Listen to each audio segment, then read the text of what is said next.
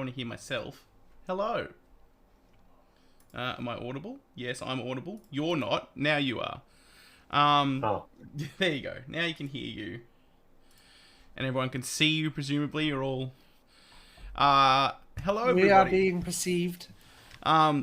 Just as a disclaimer before we start, Apom and T are in the same room, so they're kind of going to be doing a little bit of a dance with one muting a microphone and the other one unmuting their microphone. So if there's problems with their voice, I apologise in advance. We'll do our best to make do with it, but that's just the case that this is going to be going forward until changes. I'll also forget to unmute, by the way. Yeah, well, just keep your finger on it and just hopefully. Okay, I'll constantly have myself unmuted then. Here you go. Well, you which one of you is more likely Does to this, remember? Does this work? I've got myself constantly unmuted as well now. Yeah, we got it working now. Yeah, that should be fine. No, Echoing. the echoes in the background will not. Oh, okay, well. I also like that we've only been like off the starting soon screen for maybe 2 minutes, and Chimp's already picking fights. I'm fallback. I have nothing nice to say. I'm a chill guy. I'm just full of rage all the time. I'm just a chill guy. I'm just constantly angry. That's my secret. That's my secret, Cap. I'm always chill.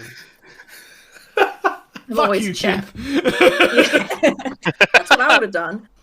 I would have hit that fucking prick Captain America right in his fucking head. Anyway. Why would you have Whoa. done that? Just ignored the invasion. Yeah. Yeah. I'm like, this is literally the least of my problems right now. That's I right. need to punch this guy. That's right, Reckle. We're going back to Lake Titties. Titty caca. Titty caca. Okay, so But it, we could do a little recap of where we were last game. yes, Here's a please. recap. You Look at my notes. basically. Take them in. I'll just. Do you That's have, all you're getting. You took notes. Read your Amazing. note. I'm quiet. Okay. I need to fix my microphone. Yeah, turn yourself the fuck up. How about you? That what? Or I'll come out there and punch you in the head. That's okay. Maybe I can. How about now? Is that better? Yep. Okay, cool. My microphone just wasn't in a good spot. Oh, hang on 1 second. I'll be right back. Well, no, T, look out. That's fine. I'm ready. Who's Also- getting hit in the head? Also, Chimp. Hi. That was lovely. Chimp, you should see my Twitch icon now. Oh, Twitch icon. Let's have a squiz. Cute. Twitch. I'm back. Welcome back. Oh, that's sick. Yeah, Oh, we're basically how a come- stream. We're a streamer mansion now, except it's a unit.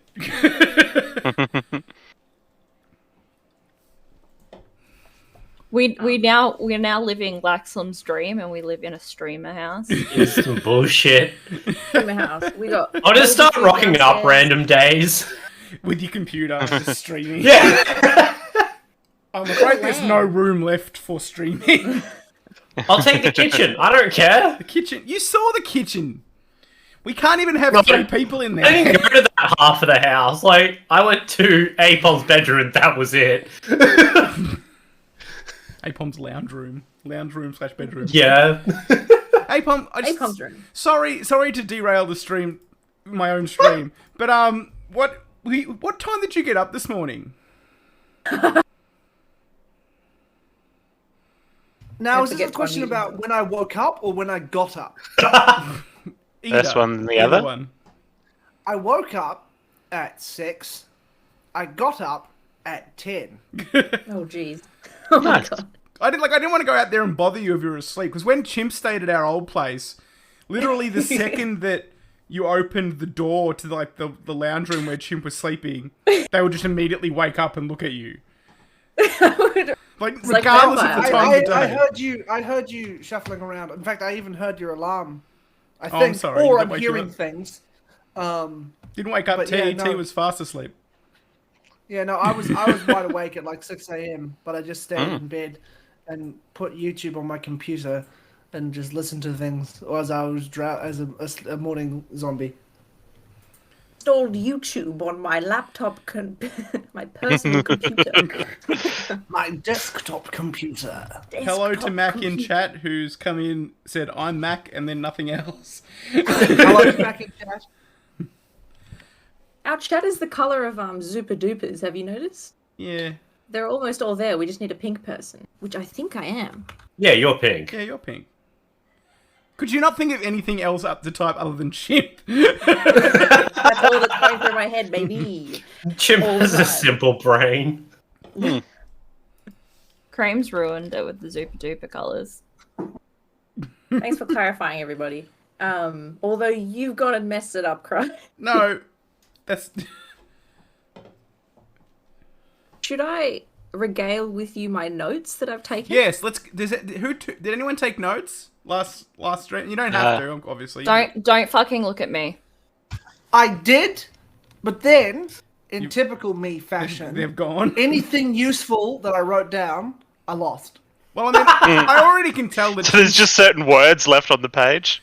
I can already tell that Chimp's ones will be mostly, like, little pictures. It's Without highly much- visual. But yes, Chimp, read your notebook.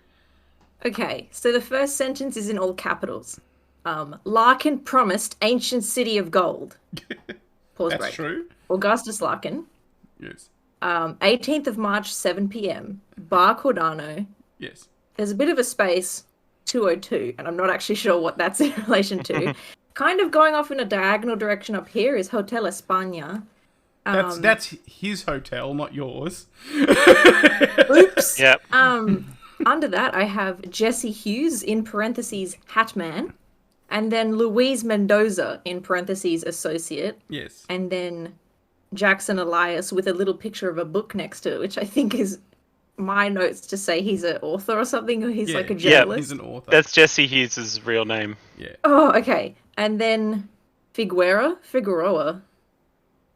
Was that the And then professor? I've got the No, picture of Figueroa the things was that he was the- telling us about. Who was Figueroa? Figueroa was the name on the documents, but I don't think you've read those yet. Ah. I take Oh no, he very... told you it was Figueroa's, but you hadn't read Yeah. the actual Yes. document Look, yet. we've all decided that Chimp is now psychic. Yes. I'm that Which will good not end well at in this taking game. notes. Sometimes I take notes on just other people's D&D games and I'm not even in it. Oh, Violet watched the episode twice. Violet, would you like to recount it for us in the chat, and I'll read it You out? probably know more about it. Yeah, then we went to the check out the professor, which didn't go well. Yeah. Didn't go I do fantastic. remember one thing. You said it didn't go well. I performed a rather successful surgery. That's what I Yeah. did. Okay. Performed the world's Okay, luckiest the surgery. professor, yes, the professor went well. The assistant less so. Yeah. Apom, you and I came out as a prophet. Like, we saved those books from the fire, but we also took them home to our hotel. That's true. Yeah, you didn't give them back. You just took them and got in the car Yeah. and went home. They can fuck off. We need it. I ended up in charge of something, but I forgot what it was. You have the notes and the golden, the little Oh, piece doesn't of the link. Charles? Oh no, Charles is- does. Yeah, Yeah, Charles is in Charles charge of has the something. the notes. The, Charles in charge. has Trinidad's notes on the Gaspar Figueroa's confession, as well as the gold bar that was with the strange etchings on it. Yep. Why And- George shouldn't he immediately forget about that? Trinidad Rizzo is the mummy. Trinidad Rizzo is the mummified corpse that Raymond and Lottie found in the basement. Who was the grads the student working with the professor.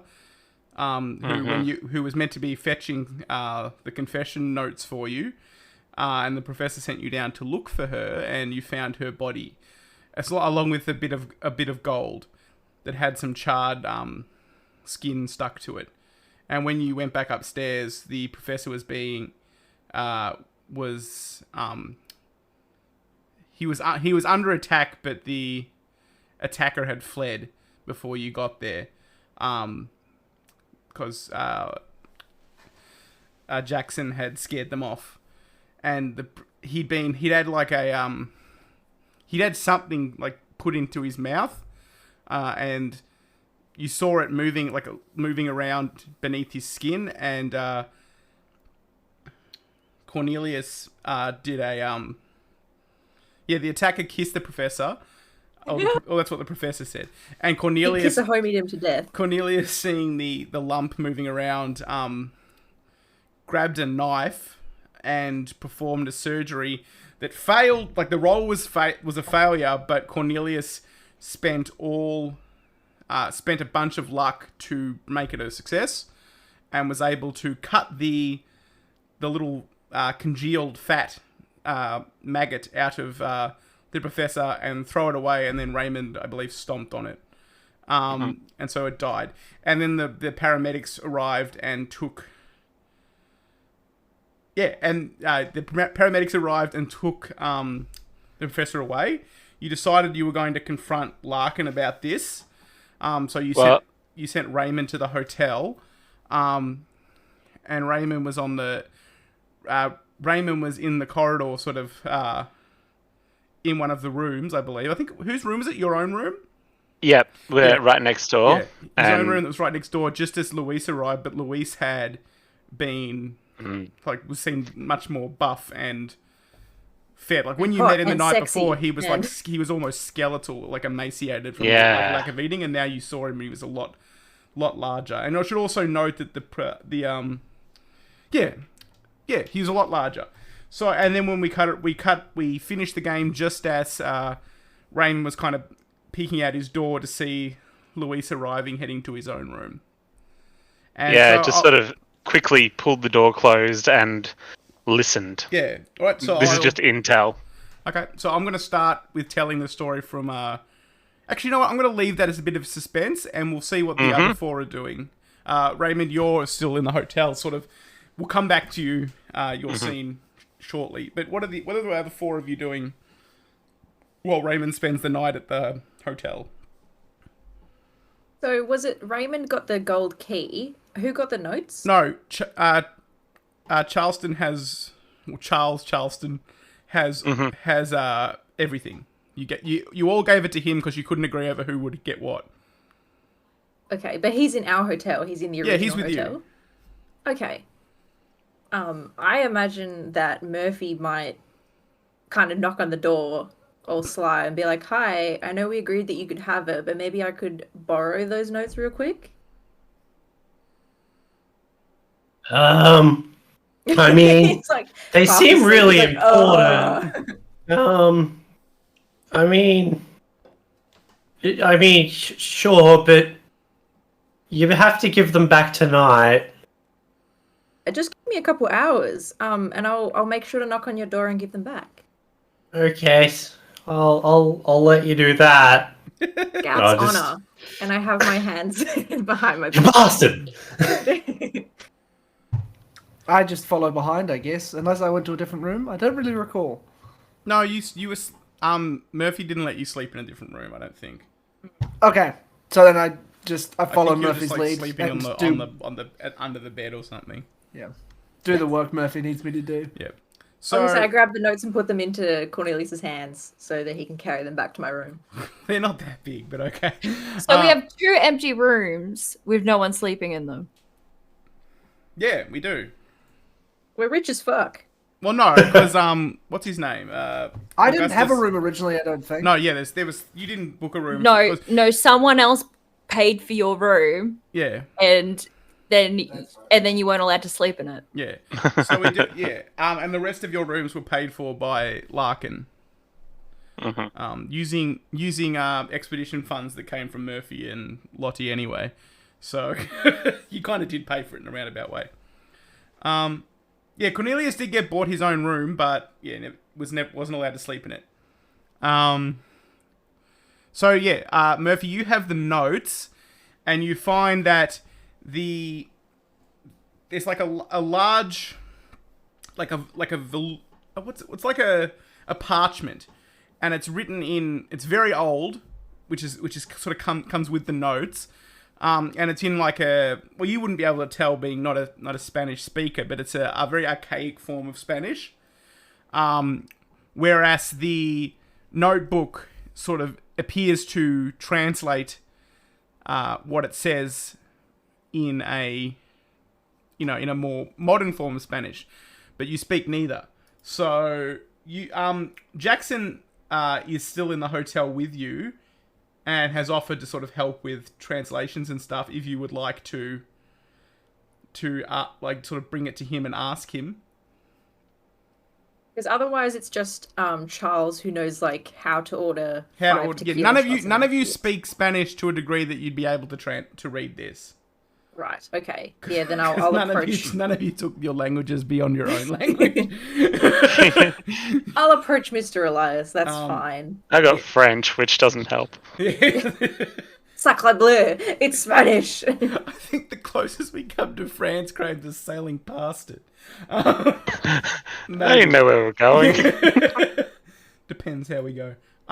So yeah, he sort of gets the document from you, and he sort of spends a little while looking between it and the notes. And he kind of confirms after a while. Oh yes, he's like, yeah, I can read this. So what he does is let me find it because I have it in my notes, but it's not here at the moment.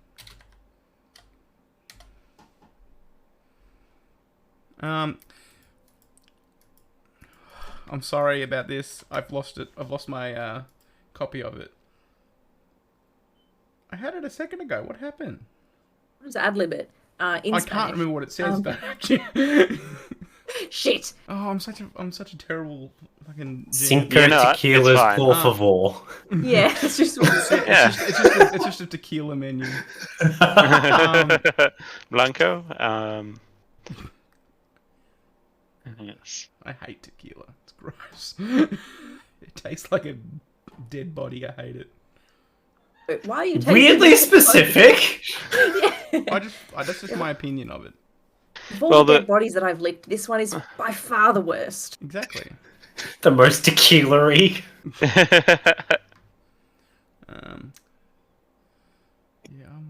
I'm good sorry. Tequila's good it's though. Apom found his notes. Oh, good. Ooh. Do you want to read them out for us while I do this? There's another picture.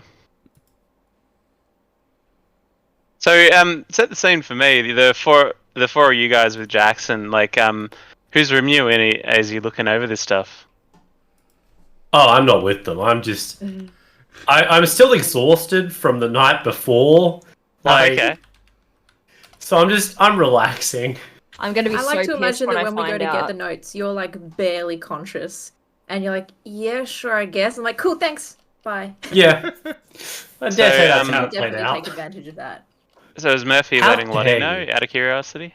Or Oh, no. I mean, Lottie's really in it for the info, but also the money. Mhm. And something tells me that Lottie doesn't like Murphy a Found it. whole lot. Or the treatment that she gives to Cornelius. So, yeah.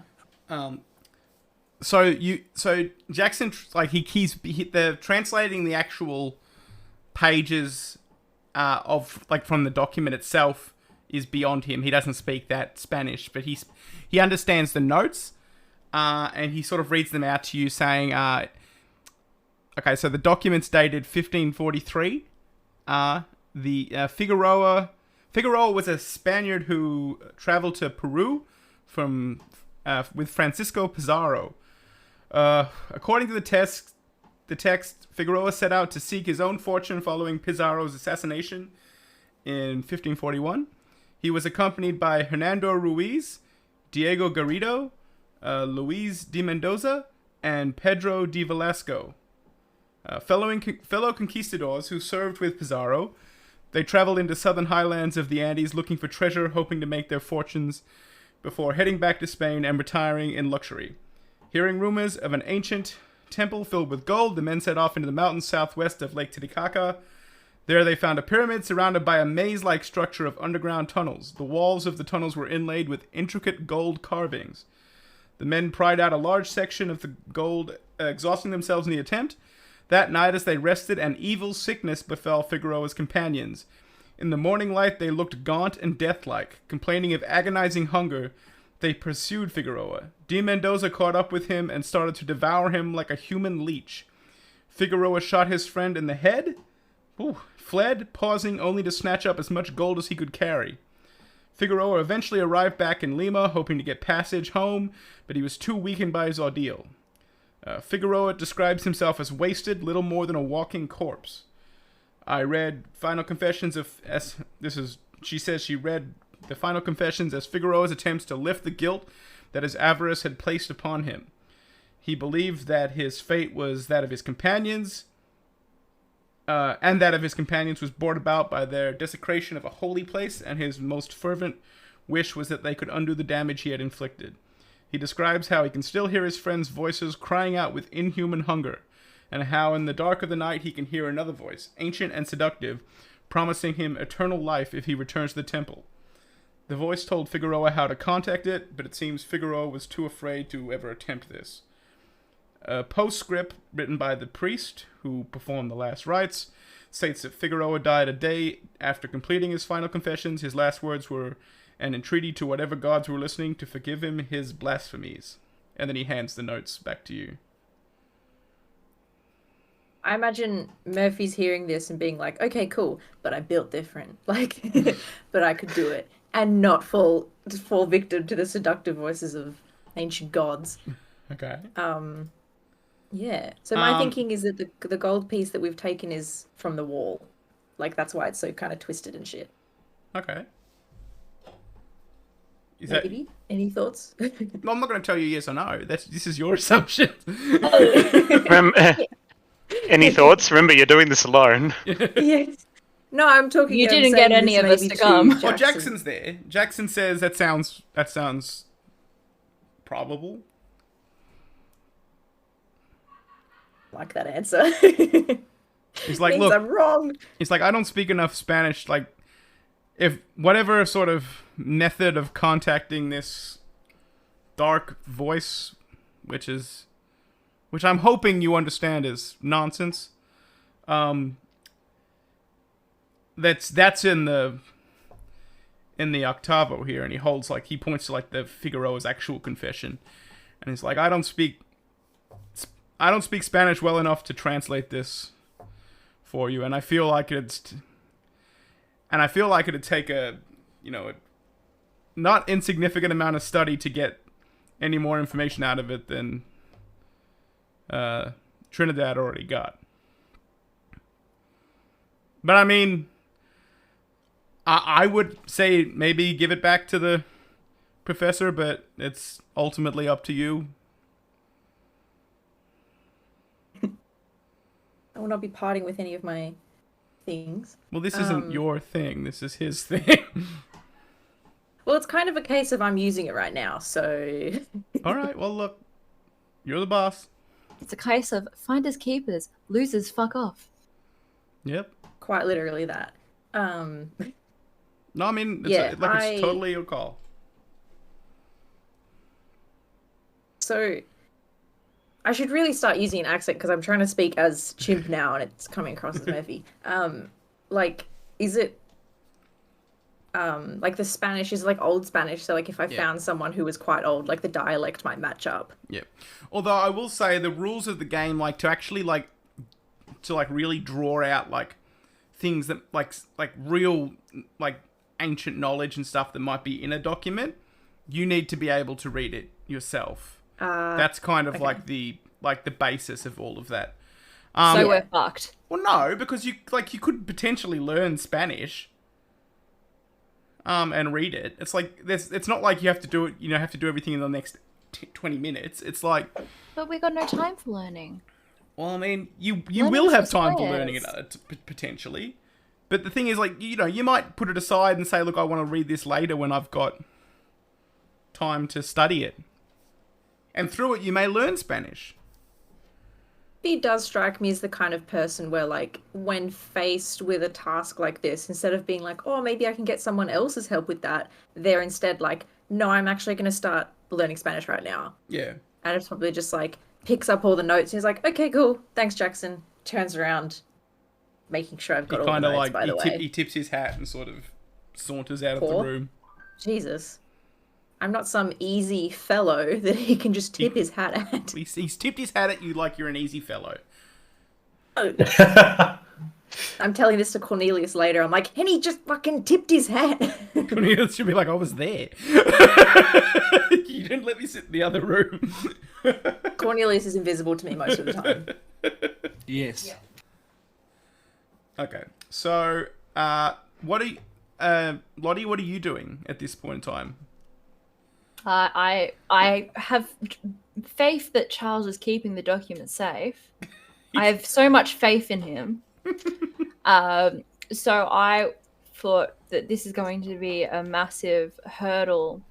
So I am going to be writing a letter while drinking a nice tea or something lovely, and just sitting there writing a lovely letter, and then sending it via telegram or whatever to over into New York to tell them of my travels. Okay.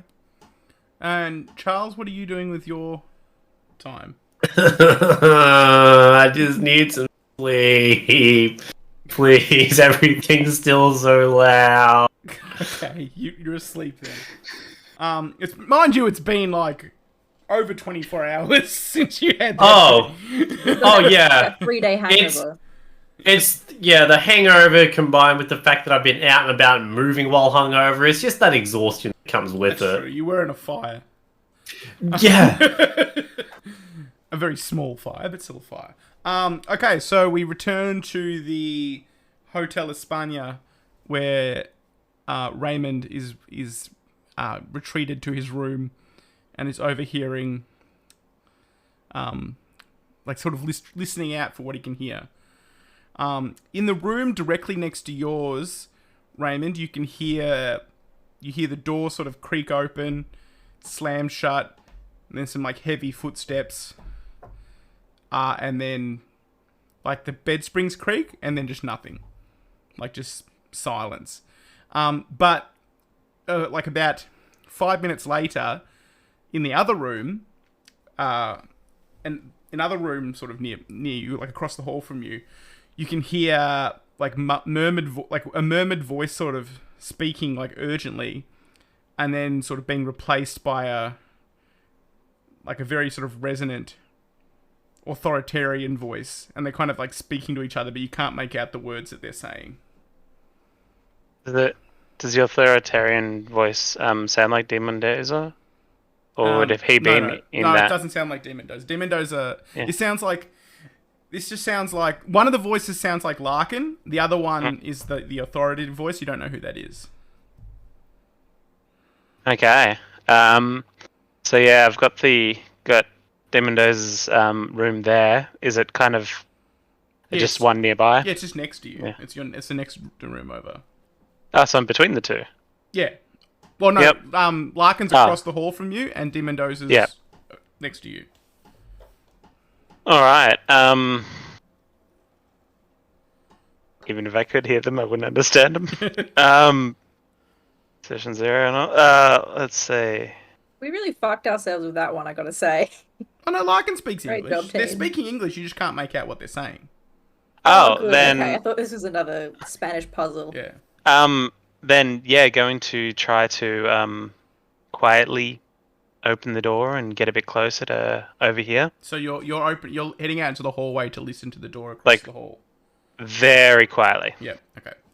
Can you give me is it a stealth or a sneak check? Can't remember exactly what Call of Cthulhu Stealth. calls it. Stealth.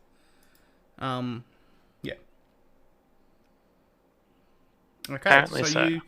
You sneak across the hall without incident. You don't sort of... No one sort of comes out or hears you. You manage to not make a sound as you get towards the door, and you put your ear up against the cracked, slightly splintery wood, and you can hear through the door the two voices, and one is Larkin, and he doesn't really seem to be making sense. He's just kind of like, it's like, oh, just shortly, it's fine. Nothing is amiss. I promise you. And then the authoritarian voice says, promise. You make too many promises. And Larkin sort of sighs and says, I need to sleep. If you let me sleep, I can. In the morning, I will go visit them. I'll offer them more money. But I tell you, they seem perfectly willing.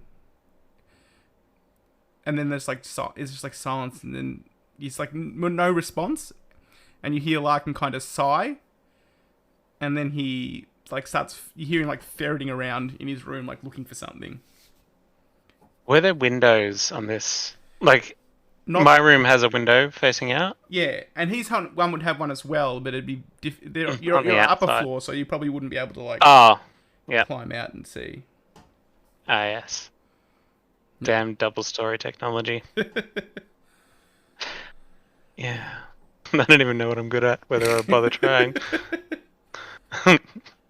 Okay at jumping, and I don't think that'll work. He likes to Alright.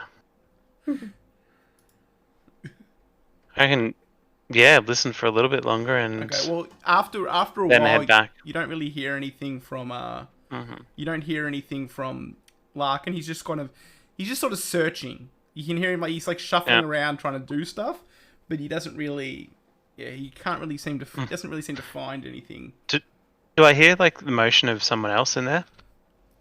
No. You just hear Larkin moving around. I don't want to burst in. I don't want to bust out. Act like I don't know nobody. When Demondoza went into his room, did I hear the door lock? His door? Yeah. Yeah, he did. He locked it behind himself. Yeah, so this one will be locked as well. Oh, you don't know that. You could try it. Yeah. I don't want to try. Do you want to try the door? And just see if it's locked. Are you going to twist the handle? Very slowly. Okay. Listening for anything on the other side to run. All right. So the door handle twists to the point where you're fairly certain that it's not locked. I'm just going to roll here real quick. As you turn the door handle, Larkin's voice on the other side says, "Hello? Luis?" And he like... I just sneak back to my room and close the door quickly. Okay, so, just as you close your door, you hear the door to Larkin's room sort of swing open, and you sort of you just sort of hear silence for a moment. It's like, oh, I don't have time for this, and he closes the door behind himself, and just sort of there's no more sound from across the hall. And would make my way back to the our hotel. Okay, so you head back to the hotel. It's pretty late in the evening by now. The hotel staff have kind of retired for the night, so you kind of have to make your way up to. There's like no one tending bar or anything like that. So you head upstairs. Are you gonna go to anyone's room in particular? Yeah. Start with Lottie's and then see about gathering the group. So you're just gathering to pass everybody. on this. So Elias kind of steps out and says, "Oh, look." He's like, "I'll give you a hand," and he sort of goes from door to door as well. While you go to Charles's door and he goes to Murphy's door, and he sort of like says, "Oh, Mr. Doyle's back. He wants to talk about what he saw." And I say, yes. "Fuck off! I literally don't care." You should. No. I say that, but I can also imagine Cornelius being like, "We'll be right out." It's like, okay, I'll give you a second. And he closes. And he sort of like heads down to where you're all meeting. I'm learning Spanish. Okay. Really quickly. I figure we meet in one of the rooms, like we'll say Doyle's room. Yep. Yeah. Okay, so eventually you're all gathered in the same room. Eventually. Yeah. There was Mendoza's looking different. He's not as thin. as starving as he used to be. But Larkin was talking to a third person. He's going to offer us more cash for this to make sure we do it. More cash sounds Cash good. would also be split one more way. Okay, you're missing the point. They really want us to go. But the cash. Like there's more challenge to this? Like there is more danger? Or is it because we are who we are that they want us, or is it just because we're people that are willing to go? Dunno. It's... The Larkin seemed to have a good read in that we were going to go anyway, but this other voice is... I don't know, this other voice sounded in charge. Didn't get a look at him. They nearly saw me, but I decided to come back. But this other voice in charge insisted on, paying us more. Make sure we do come. Well, I'd like some more money. I don't know about everyone else. I'd love some more money. Can't spend it if you're dead. Sorry. Just from a bit of experience, if they're willing to go up in price, there must be something more to it. And also, there's a lot of people dying around. So far, one. So, Nearly 2. well, he was in the capable hands of my good friend Cornelius. I know what I'm doing. So while you're having Isn't capable. while you're having this conversation, Elias kind of speaks up and says, "Look, I don't know what Larkin's deal is, but this D. Mendoza fella, don't you find it?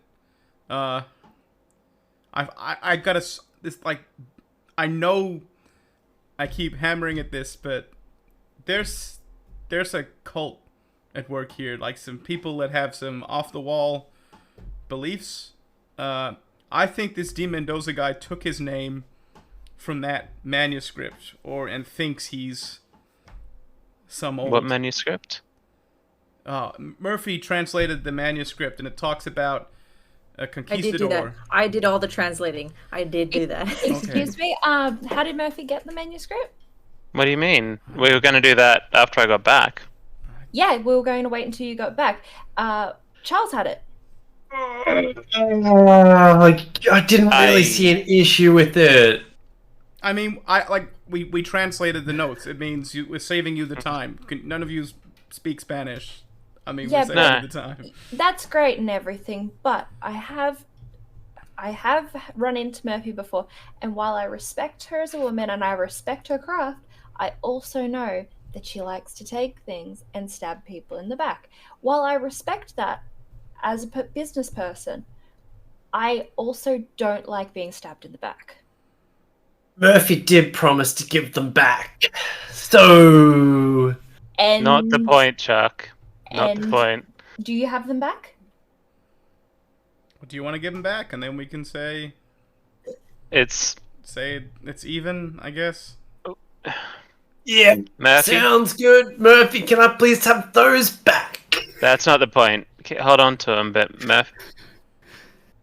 Whatever's going on, this is dangerous waters. Like, I'm just worried about this Mendoza guy. Like, I don't... Yeah. I can swim. Just, you mentioned that it's dangerous waters. I just want to let you know that I can swim. In We'll fact, I was see. on my high school's swimming team. Well, He's as good at surgery as he is at swimming.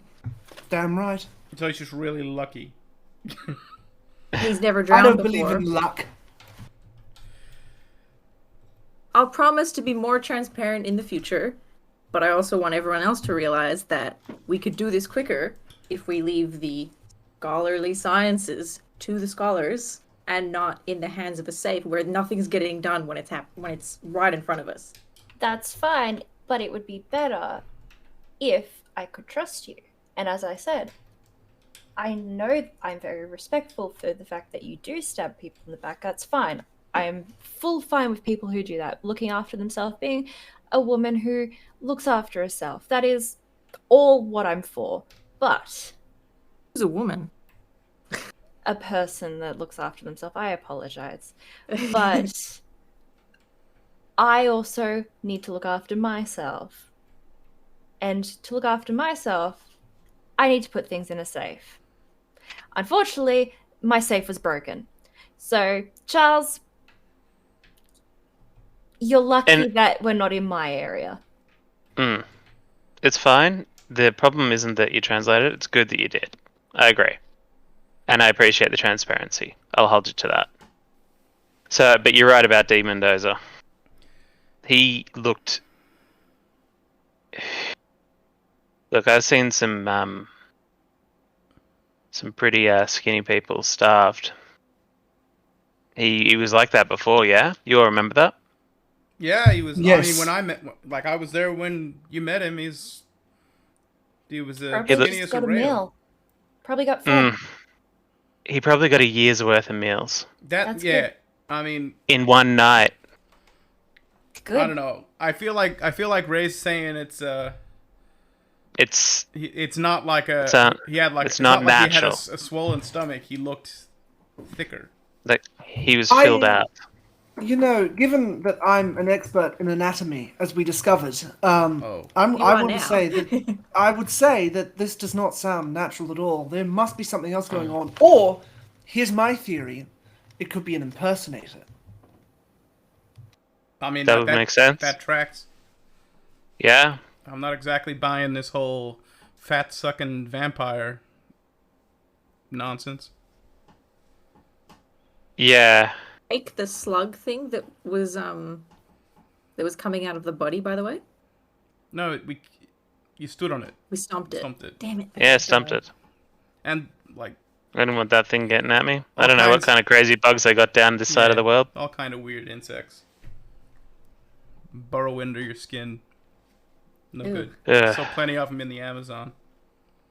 Oh, well, Look, that's so all I know. It's up to you guys. If you want to take Larkin's money and go on this expedition, or I've got my eye on Mendoza. Larkin I can take or leave, but Mendoza I've got to, I don't know. The best way Give to these solve people our firstborn. Like, we can go on the mission. Who cares if there's beliefs and cult bullshit happening at the same time? We have science, and we have the facts, and we have each other looking out for each other now. We can not trust Di Mendoza and still have him come on the expedition. We're That's not going to be able all- to cut him off so fast. That's all well and good, but these fanatics, like, they take bullets and don't go down. I'm not sure I'm going to be comfortable sleeping in a tent with this guy, and I don't think you should be either. Sleeping in a tent with this guy lurking around. Agreed. That's why I sleep in a tent with Cornelius, and he stays awake the whole night. He's very good at it, and he keeps watch for me. This is true. What about your book there, Jackson? Is your book worth it? Yeah, I mean, I've done more dangerous things than this.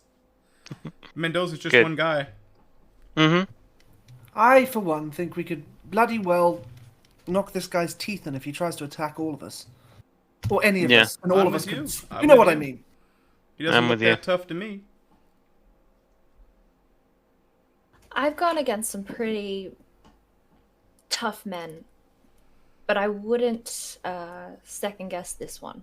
I would keep pretty close eye on him, and I feel like the best way to battle, I guess, a tough man is to get close to them. All right, I can agree with that. We're all armed in one way or another. If he causes any trouble, no one's gonna...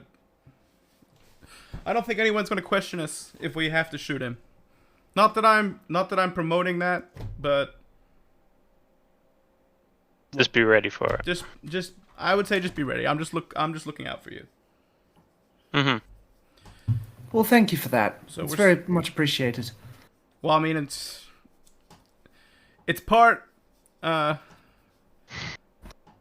part generosity and part I'm looking after myself because I'll be in the same boat. Okay, So I guess I'll see you all on Monday when we head out. sounds good. Okay. Okay, I'll see you then. Spanish to learn. I'm gonna do some digging, see if I can find anything interesting. And he sort of leaves the room. We in his room? Oh no, we're in Raymond's room. Yeah. He's like, Yeah. bye. He just leaves us. Yeah. Okay, so the day is like it's late Saturday.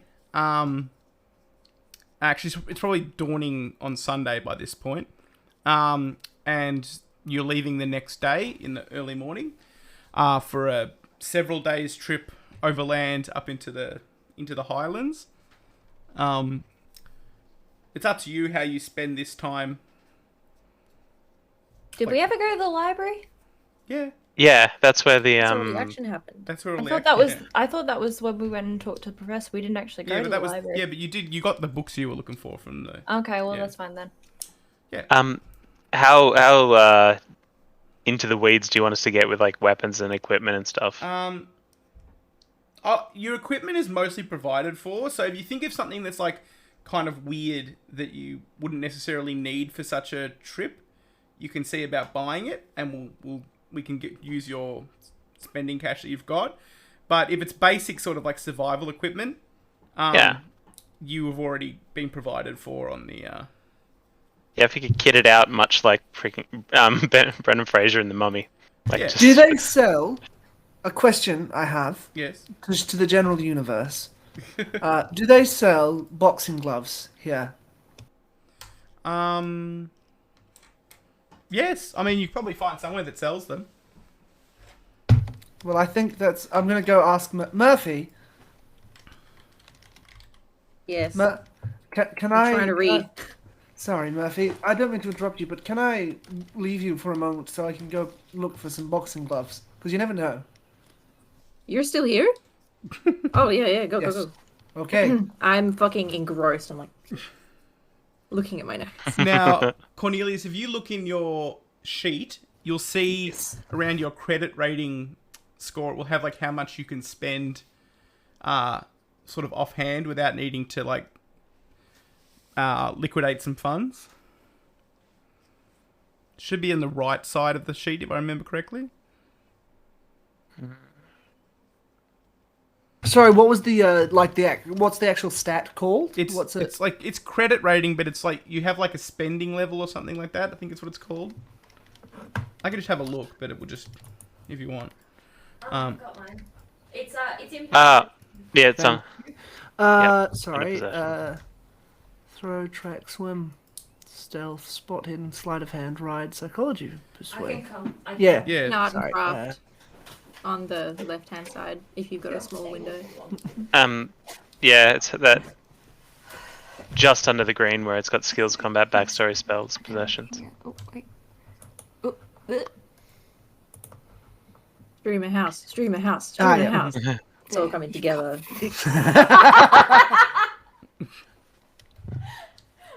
Murphy is not a very generous boss. We've discovered. How much do you have? Yeah, I'm like, sort how of much do offhand? boxing gloves cost these days? I feel like a couple of dollars. I have. Yeah. 50 I've got a cents. price for you, but You got 50 cents. You got 50 cents to spare? I have 50 cents. Okay, so the boxing gloves will cost you about $3.75 or the equivalent in the local currency. Wait, Can I try and haggle? No, because you don't speak Spanish. I'm gonna say Murphy. What is you? Murphy this- could potentially give you money. or I'll like just throwing it out here. Like, if you would have been gesticulating for a while, maybe Raymond wandered by and just helped the kid out. Do you want to give him $3.75? Yeah, I for some reason have 5,000 spending. Okay. Jesus, what's your credit rating at? I don't know. Like, I just automatically did it, and it came up Really? as 110 for some reason. I don't know, man. We should have done these sheets proper. Yeah, let me have a quick look. Because sorry everybody for interrupting this stream, but I think that might be an issue. Yeah, that's not okay. Because Murphy and like Lottie are meant to be the rich ones. Yeah. Yeah, your credit rating should not be 110. Raymond invented Cool. Teflon. I gave the sheet the best go I could. 110 whatever is like richer than Jeff Bezos. I didn't put that in there. That automatically did it. It's all so good. I We'll just fix it assumed out. I was right. But we'll say you probably have around. I probably have that. Right. So And charge the rest to Larkin. Yeah. So you give them money to Cornelius to go buy his pair of boxing gloves. Yeah, and we'll just say I've got the weapons. Like, I don't know how they work stats wise. We'll work that out later. Yeah. Yeah, cool. Sweet. So what are you gonna do with the boxing gloves, Cornelius? Just they've got a rope, to tether them together like people, like the like shoelaces in the thing. I just use that and wrap it around my neck and just have them hanging on my person at all times, so I'm ready. Cornelius ready to spend practices in 10 another minutes putting room. them on. Yeah. Yeah. All right. Thinking that it's Murphy and just keeps. Look, can we just take a quick 1 minute break so I can go to the bathroom? Yes. No. Sure. Yep. Pee in your hand. Pee in your hand. We'll never do that. Disappear into the void. Yeah, do what Laxel does.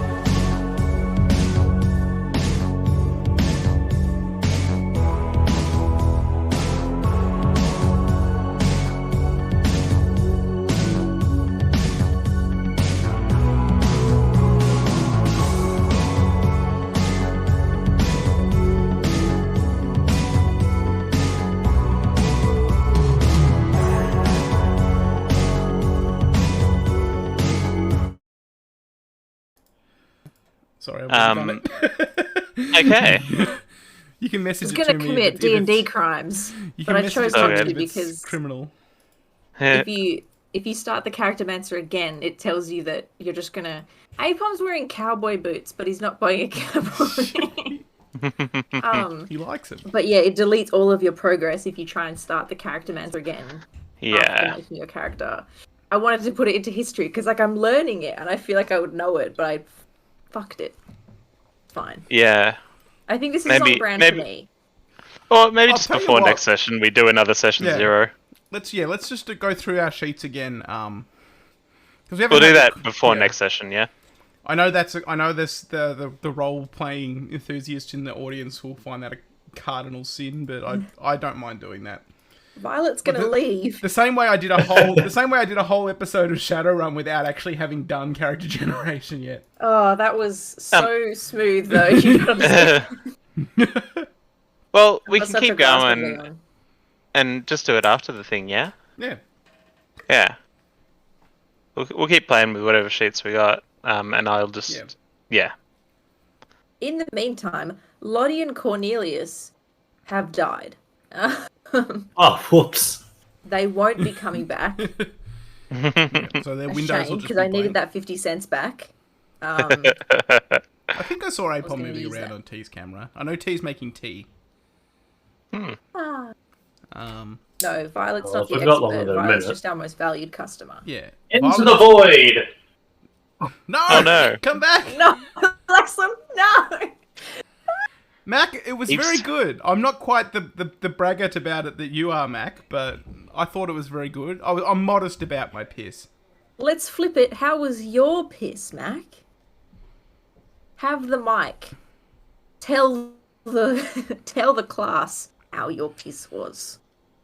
I'd really like And to if know. you haven't done one recently, just the last one you did. I can't wait to find out. Thanks, Mac.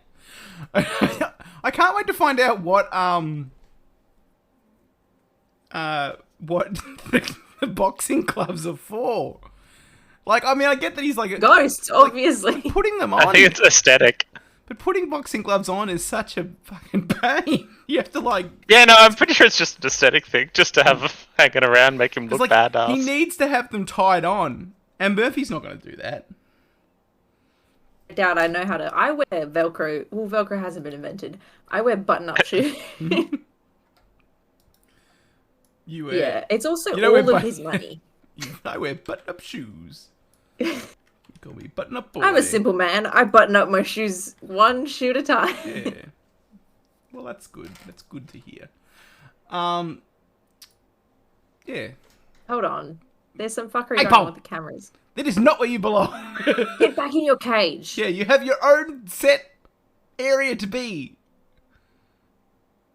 He's violating so many treaties right now. He tried to sit in the game master seat before, and I was very annoyed. We can't hear you because Game of Master, push- lol. Anyway. Yeah. We can't really start until T gets back. No. I did say a minute, but T took that as make a tea. Tea noodles. Tea noodles. I like Mac's phrasing because it implies that, like, it's just kind of falling out of him rather than sort of being expelled. Yeah, no, Or there's it was so epic that it led to his downfall. nothing pushes it Yes. out. It just like he opens a valve and it just falls out. He needs gravity to make it. He stands over it. like fully over it. Yeah, he opens his piss grate. No. Who Well, I hope opens you get their better piss soon, grate? Mac. Mac does. Yeah. Apom, if you'd been in your own pen, you would have known. Yeah, but you were too busy lurking around T's webcam. I'm sorry.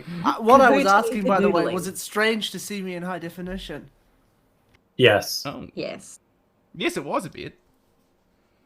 You Even see though him in real life. Yeah, I've seen him in real life. Yeah.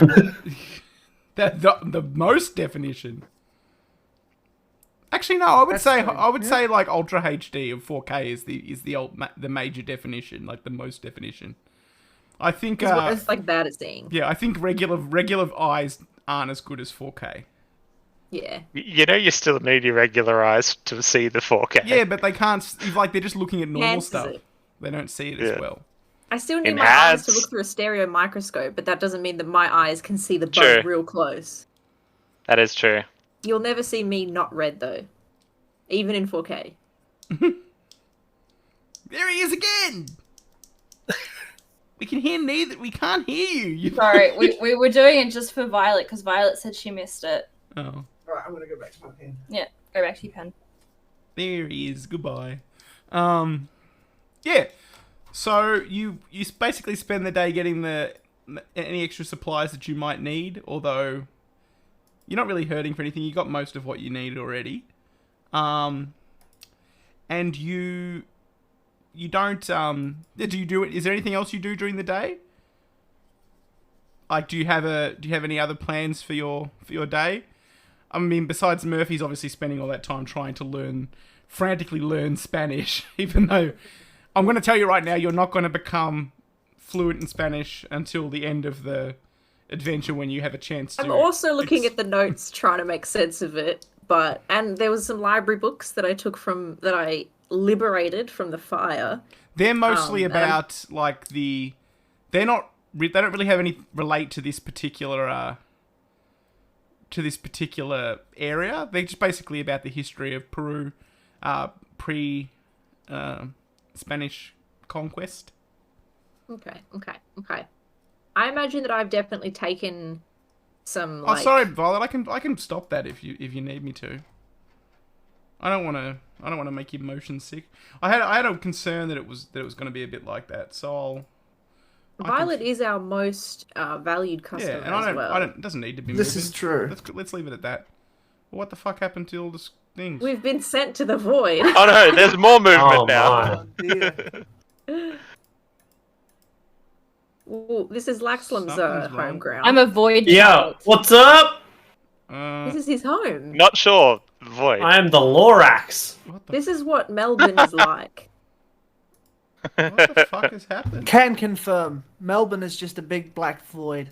I Well, enjoy feels it. that way lately. Hang on, let's just switch. I want to stay here forever in There the we big go. black void. Thank you very much. But if I gotta turn the. My domain. Yeah, all right. It's. If I just pause it, will it I pause it and will it go away? Stop. Replay. Pause. Okay, there we go. That's fine. Yeah. Sorry, Violet. I've turned it off for you now, so it won't cause you any problems. Oh, golly goodness. Hi, hello. What's happened? Sarah just came out of the void. Laxlam streamer house. Oh. I don't actually have a home. Everything, like, I just sort of disappear into the abyss. Yeah. Like, Until we need it's you. really scary. Well, Laxlam, look. Sorry, there's not enough games for you to come out of the abyss more than like once a week or once a fortnight. But there's not. So I've stay got in a the new void. venture starting. Yeah. Everybody stay Yeah, in but their that's in pens. audio form, so you don't get to come out of the void. No, I've got graphics and stuff set up for that. Oh, I see. It'll be fine. I'll show you on the weekend when I do my test run. Okay, cool. So yeah, so you can spend the Sunday just sort of doing your own things, doing your own preparations. Cornelius, you now have your boxing gloves. Raymond, you've got all the sort of the weapons and stuff you need. Charles, your hangover is gone now. You're gonna have to stop leaning on that hangover crutch and start heavy lifting. You think I'm not just gonna get drunk again? You can't. No one will serve you. They're all like, "Oh no, it's him." I just want Oh, it is plenty too. of ammunition for my gun. My gun. My gun. Yep. I want my gun to be like a nice like pearl. No worries. Wood. You can pick up some ammunition for that without much issue. Good. Right, so the next day rolls around and you get into the you head towards the nominated meeting place to leave, which is just sort of on the outskirts of town, and there's several trucks lined up, and you can see Augustus sort of Larkin lurking around, and you can see Mendoza nearby, and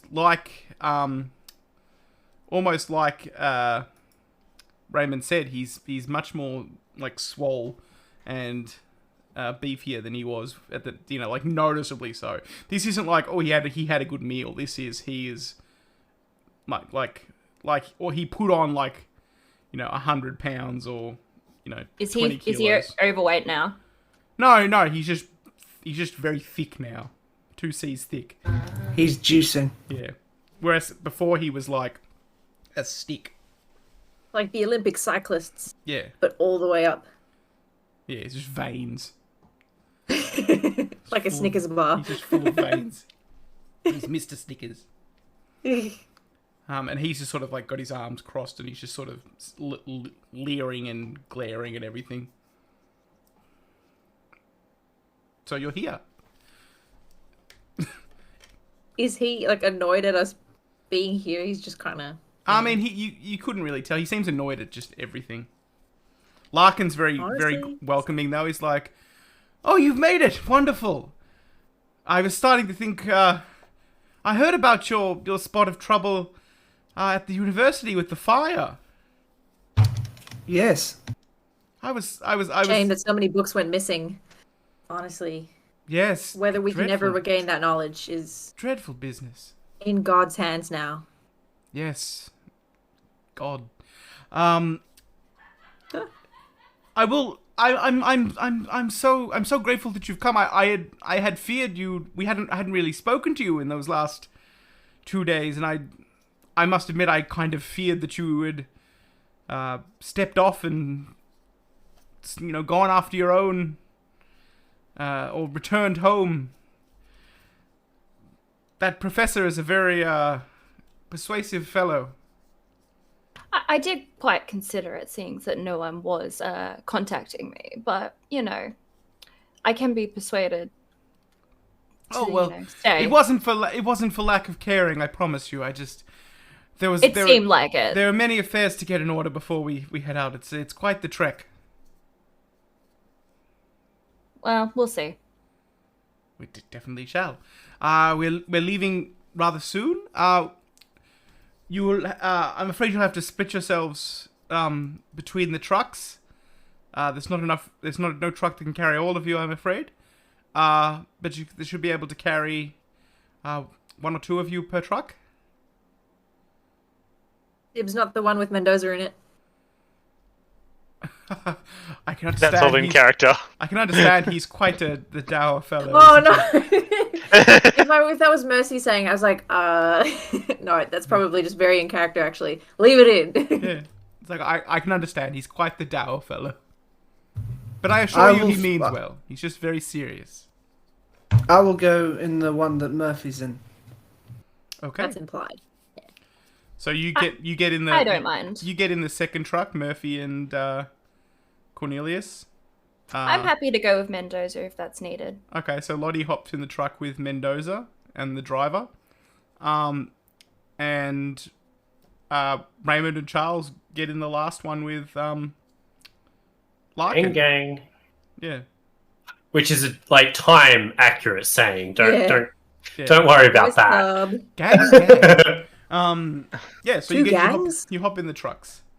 After a little bit of securing the loads, making sure everything's fit to go, you head off on the train. Now not on the train, in the truck. Convoy. It's about an 800-mile journey, which is about 1,300 kilometers. So it's not like an afternoon trek. It's 3 days, and the trucks stop, and you kind of get out, and if there's a town, you sort of stop at the town. But for the most part, you kind of just stop on the road and put up some tents and sleep in the tents. For the most of it, you're traveling down the coast of Kamana, which is so basically you can sort of see the ocean on your right hand side as you're traveling along, and it's quite nice. But eventually, the last day of the journey, you turn into the mountains, and it driving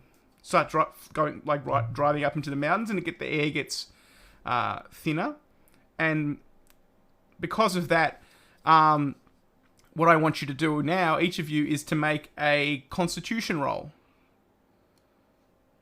See who dies. It's not going to kill you, but okay. All right, so all of you except for Lottie are fine. Lottie, you begin to experience the effects of altitude sickness, which is basically from shifting altitude from sea level to higher up in the mountains. So you start to feel tired, a bit headachy, dizzy, shortness of breath, a bit nauseous. I play it up a lot too. Yeah. It's mostly just a distraction, but I'll say as a out of character note, if you have to do a lot of physical exertion, it's really gonna impact you a bit. But I absolutely play it up so that other people will do my work for me. But the rest of you are fine. You notice suspiciously. You notice the thinning air, but it doesn't impact you harshly. I like every couple of steps, I'm like, oh my god, I feel like I'm gonna faint. Oh my Just, god. just glaring suspiciously at Demon Dozer then.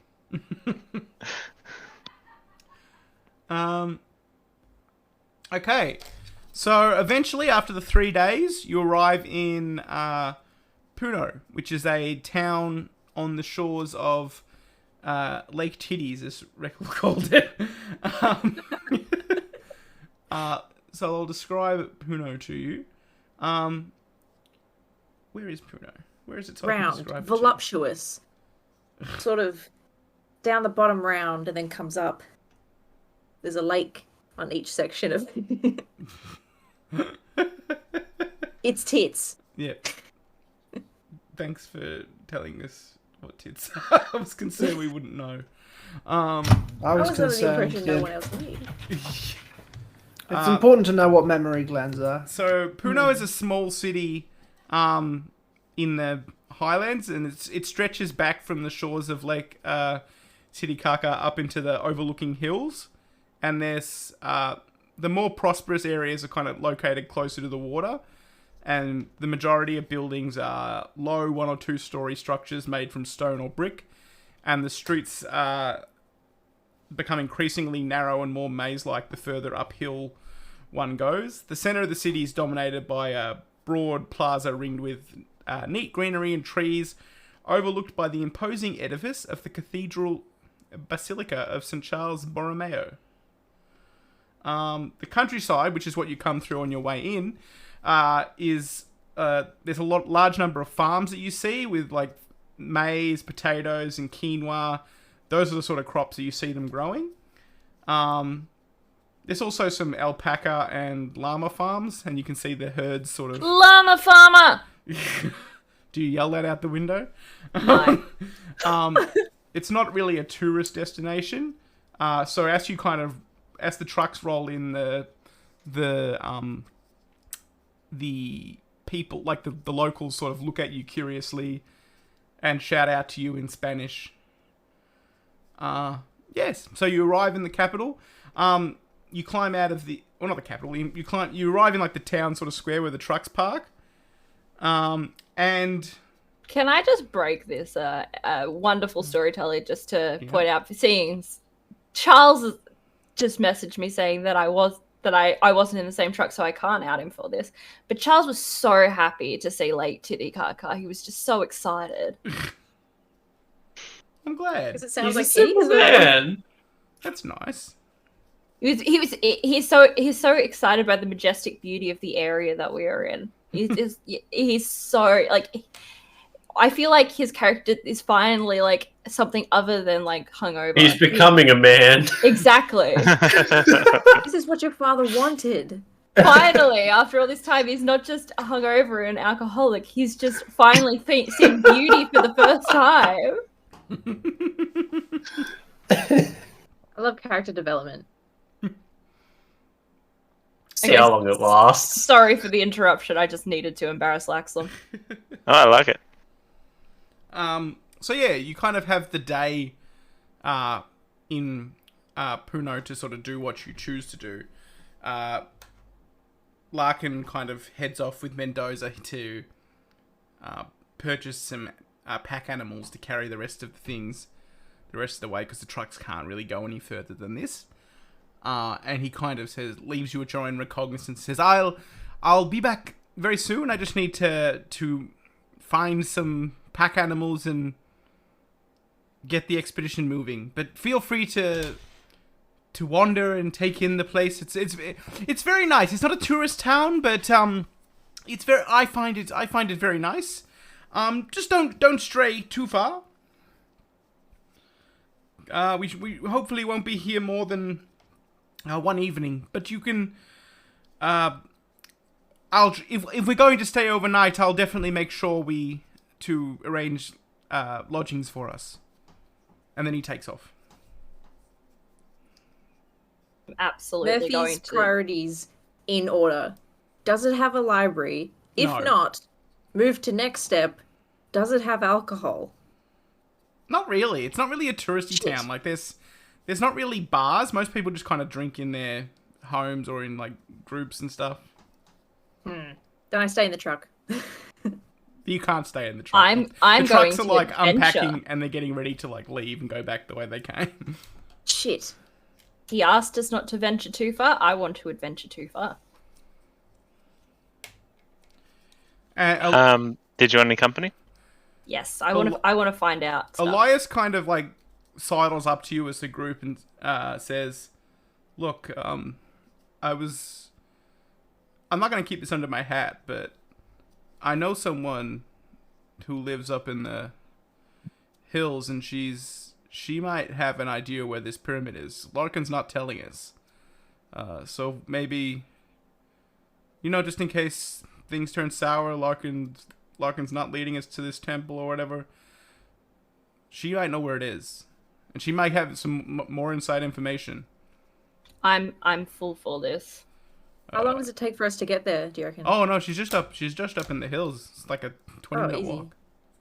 I mean, 20 minutes from here. Yeah, she lives in the town. Her name's Naira. She's a Yatiri. They're like a healer, wise woman kind of thing. When I was researching those Karasiri, the fat vampires, the legends behind that, she helped me with it. She's got a lot. She's superstitious. She thinks they're real, but she knows a lot about the area and the folklore. As I said before, superstitions come from something, so I'll go with that. Yeah. Do we want to wait till the others head off to bed, or do we want to go now? Oh, we can go now. I want to go now. Larkin just said not to leave town. Mm-hmm. If we all go there and then Larkin comes back and we're essentially missing, or alternatively huddled around a single house, do you think that would be suspicious? If he doesn't want us to see people who might know more about the pyramid than he does? Like if you ask me, I feel like if he didn't want us talking to people in town, he wouldn't have just said, knock yourselves out, go do what you want. He'd be taking us with him or keeping us busy. I don't know. That's just my assumption, but I'll leave it up to you. Like I always say, nothing ventured, nothing gained.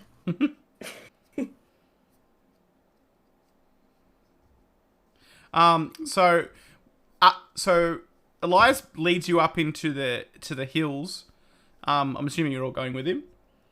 Mm-hmm. Absolutely, looking for the sound of music. He leads you up into the hills where the poorer residences are kind of overlooking the richer part of town near the lake.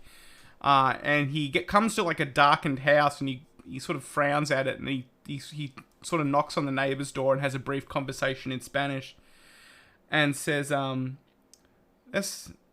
she's not home. She's staying with friends, out on the lake. I'll tell you this for free. They make these like floating islands, and they build houses on them. We can paddle out and have a look at the islands. If anything, well, of course, Charles wants to go. If anything, yes, please. If anything, Larkin will be less suspicious because we could just tell him we were sightseeing or something.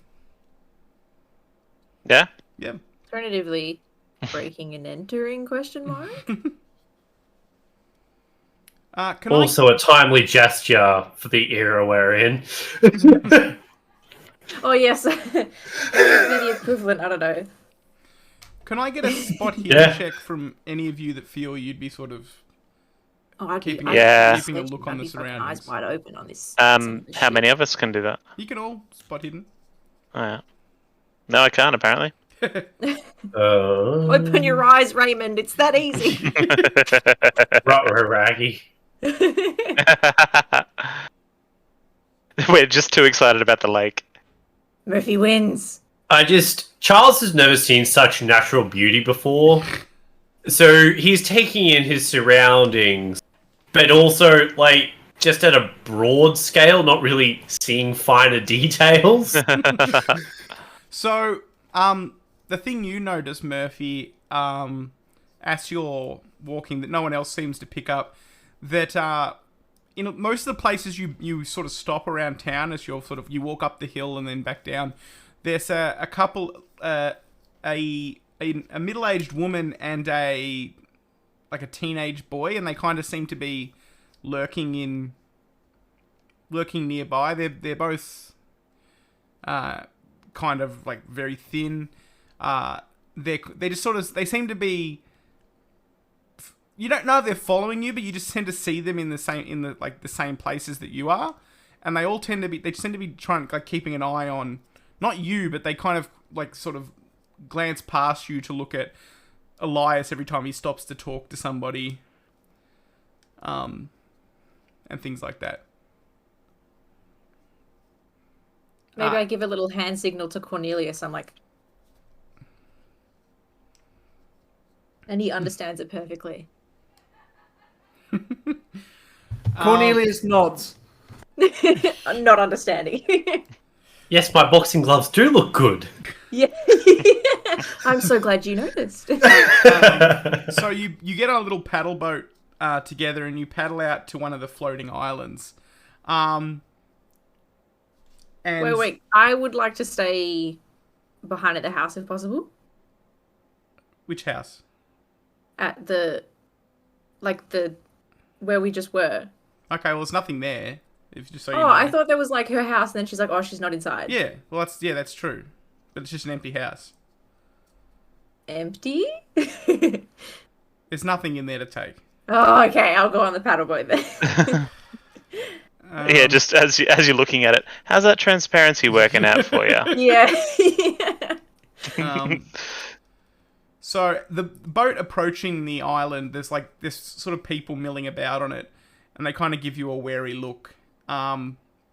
But there's like an old woman amongst them who kind of spots Elias and like starts waving, and saying something to the rest of them in Spanish, and sort of like gesturing for you to come onto the island and into one of the little huts built onto the island.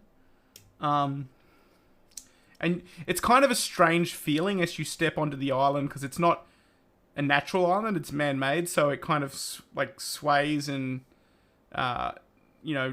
gently rocks with each step, kind of like a boat, but an upturned boat, as you walk across it.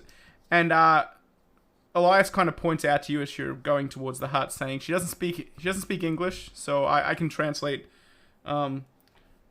for you. And as you're kind of walking in, Charles, the old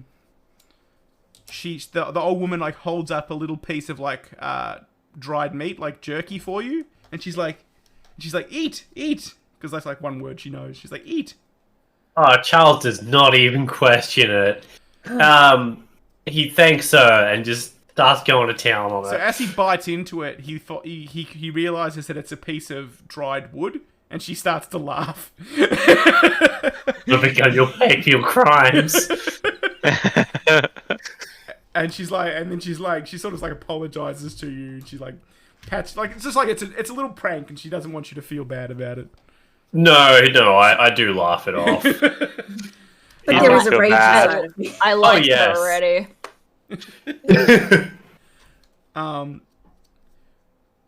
So you kind of Elias is speaking to her in Spanish, and he kind of tells you what he's saying to her. He says that he kind of tells her the story of what happened in Lima, and she sort of when he kind of explain, you think he's explaining the part about the professor, she sort of gasps and says "Karasiri," but in there, she does confirm that what she knows about the pyramid. So she tells like an old story of an ancient and evil god that fell from the sky and landed in Lake Titicaca. It crawled out and brought hunger with it, devouring all it touched. The trickster hero Akiko told the evil god that the most nutritious food could be found underground, showing it tubers and grubs. The Akiko convinced the god from the sky, tempted by the food, to crawl into an old armadillo burrow. He then placed stones over the burrow, trapping the god below. He told the people that this was now a sacred site, and they had to build a temple over it, binding it in place with spells worked in gold. The god from the sky still lives underneath the temple to this day, and those who know of it are wise enough to avoid its tomb. Consequently, few, if any, people from Puno ever go anywhere near the pyramid, and it's largely become a forgotten site. Yes, Mac, an armadillo burrow. Mac doesn't believe they exist. Mac gave birth to an armadillo. He also says. He also tells you he's asking her more about the Karasiri. And he says, it's like it's fantasy, but the meaning apparently, it comes from an old term for carving something up with a knife, and she's saying that the Karasiri are known throughout Peru and Bolivia, although their names and descriptions change from region to region. They're the kind of the basic description they use of them is that they're tall, white men wearing a wide-brimmed hat, and they carry a long knife, and they use it to butcher people and steal their body fat. Alternatively, he may drug people and extract their fat through magic or using strange tools, leaving them to die slow, lingering deaths. The stories that she's heard firsthand are about Karasiri who suck fat out with their mouth, like some kind of human leech. She says that the people in the area were quick to accuse the conquistadors of being Karasiri, stealing the fat of the locals to treat their wounds and grease their weapons. Later tales of Karasiri priests using stolen fat and making holy oil as offerings to their gods. The main common factor is that the Karasiri are all white men, usually Spanish. And she's told me she thinks that D. Mendoza is one of these Karasiri. And that's why she's out here on the island hiding from them. So she knew that... Oh, you go. She knew that they were coming. Well, she says some of the people believe... some of the people... Like, she believes that some of the people following her don't fit the classic description. And so, but she doesn't know what that means. Like, she says that some of the people she sees following her are Peruvian, like her. Yeah, Peruvian, would you say? Well, that's what she says. She says they look like that. They look like people from the village. Many thoughts. Then I turn to Charles and I poke him in the stomach, and I'm like, "Oh, fat-stealing monsters! You better watch out." Poor Charles. Yes. So rude. This could go either way. Either Charles is like rail thin or just like normal sized. Oh, he's built like a brick shit house. Or so he thinks he is.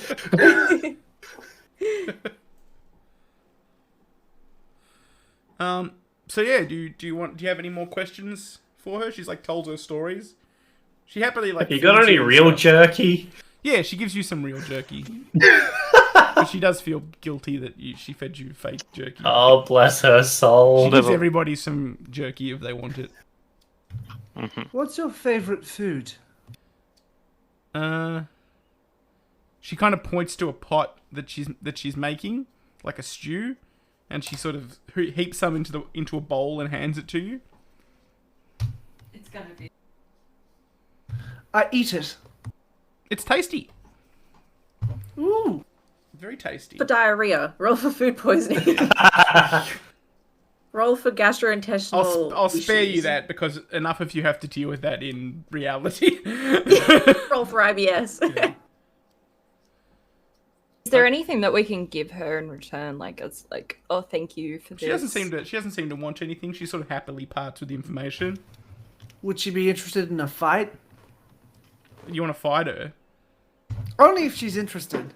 She's like, she laughs and she like gives you like a mime punch on the jaw and sort of shakes her head. She's not Just like flips you off really aggressively. No, I got $1 on her. Occasionally she moves to the window and kind of peers out, like back towards the main land, but she doesn't say anything about it. She's just sort of peeking to make sure of something. Is there anything that we can do to protect ourselves against these? things? She kind of shakes her head and looks at you apologetically and says, and Jackson says, she says there's nothing that in the tales about weaknesses or just holes with rocks over them. Yeah, basically bury them underground, maybe.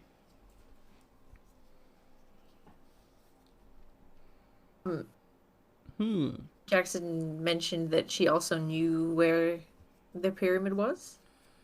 Oh yeah, and like he sort of lays out the map that you've got, and she looks at it curiously for a bit, and then she sort of marks a place on the map. She closes her eyes, wheels a pen around. She's like, no, she looks at it and like looks at some landmarks and kind of asks some questions from Jackson, and then marks where it is on the map.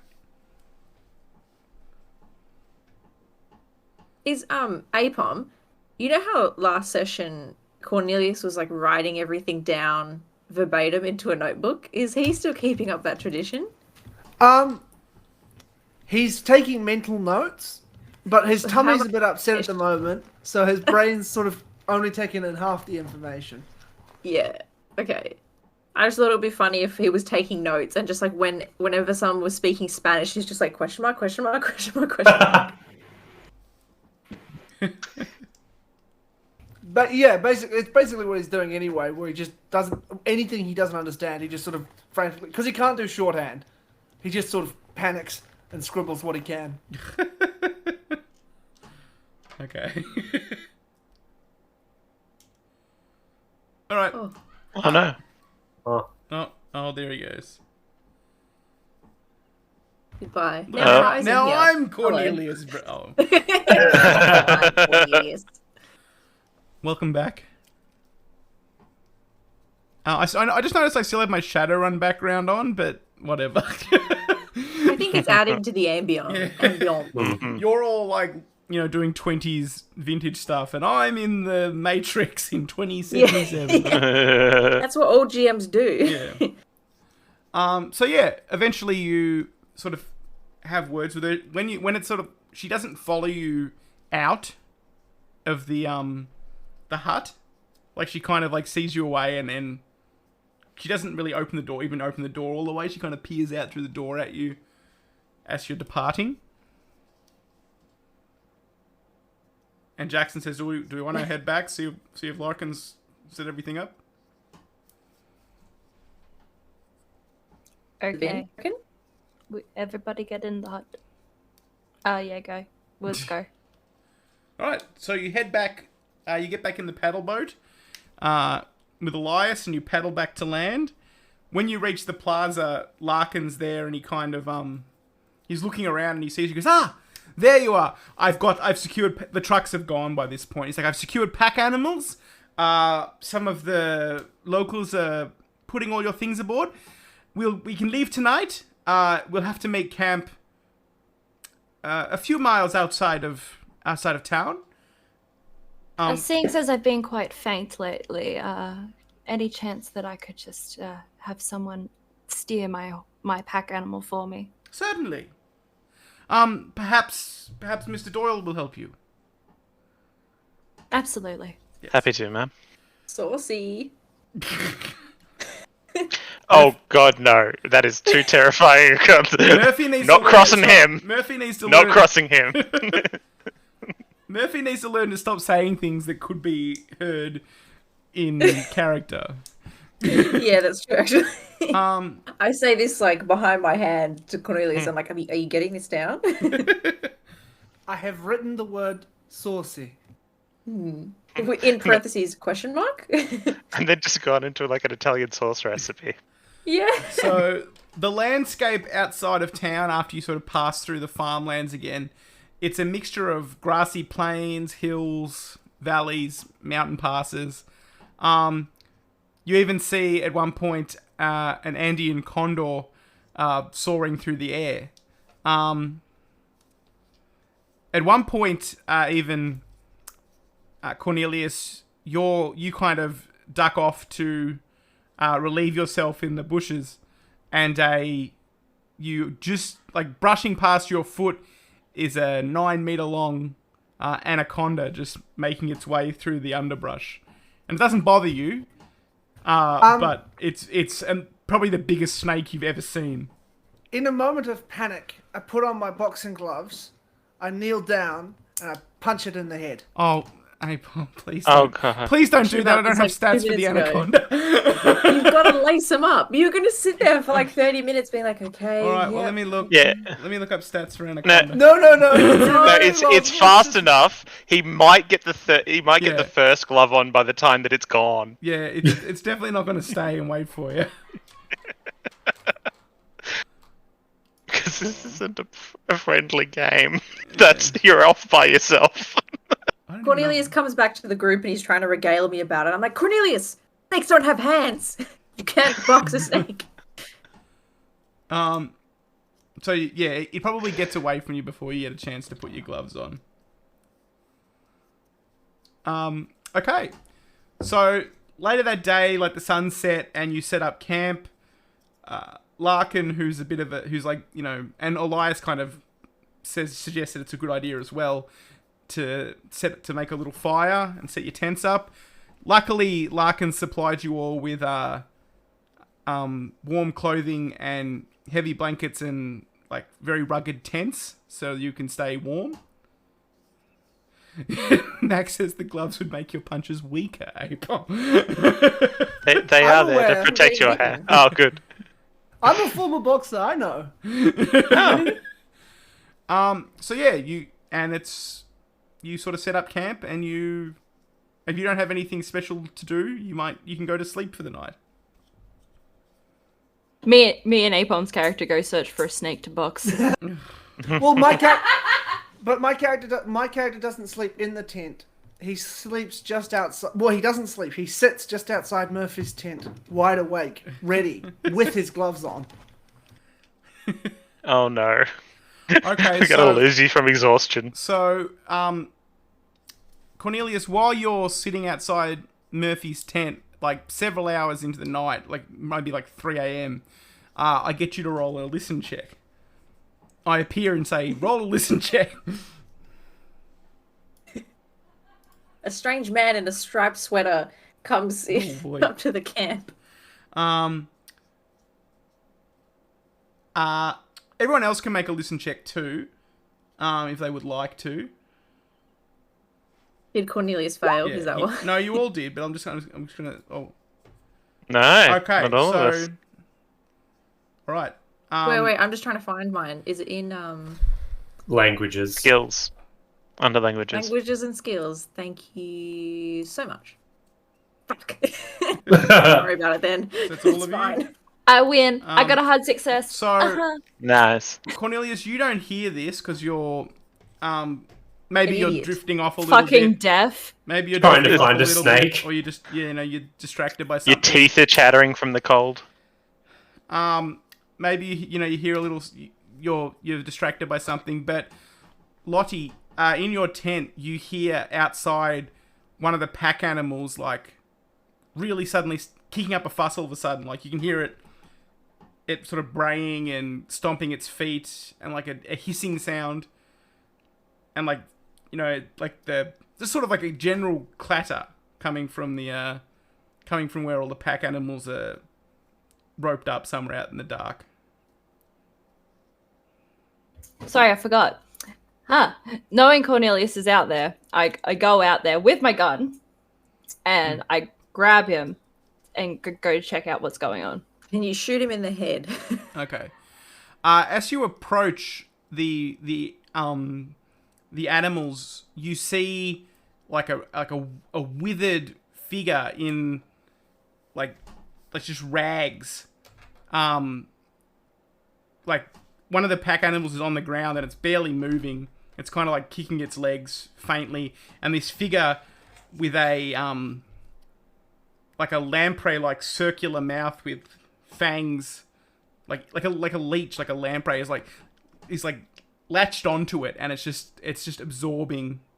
It's like drinking something from it, and it kind of glances up at you and hisses, and like gelatinous fat and blood and like oils kind of roll down its jaw as it hisses at you when you see it. And I'll get you. I turn to Cornelius and go, "That's not good." I'll get you both to make a sanity check, please. There's a picture I drew of Garfield that looks exactly like that. Okay. I don't need to roll a sanity check in real life. Chip, I'm gonna need you to DM me that. So, okay. So Cornelius, you lose no sanity. You roll a 1d6 for me, T.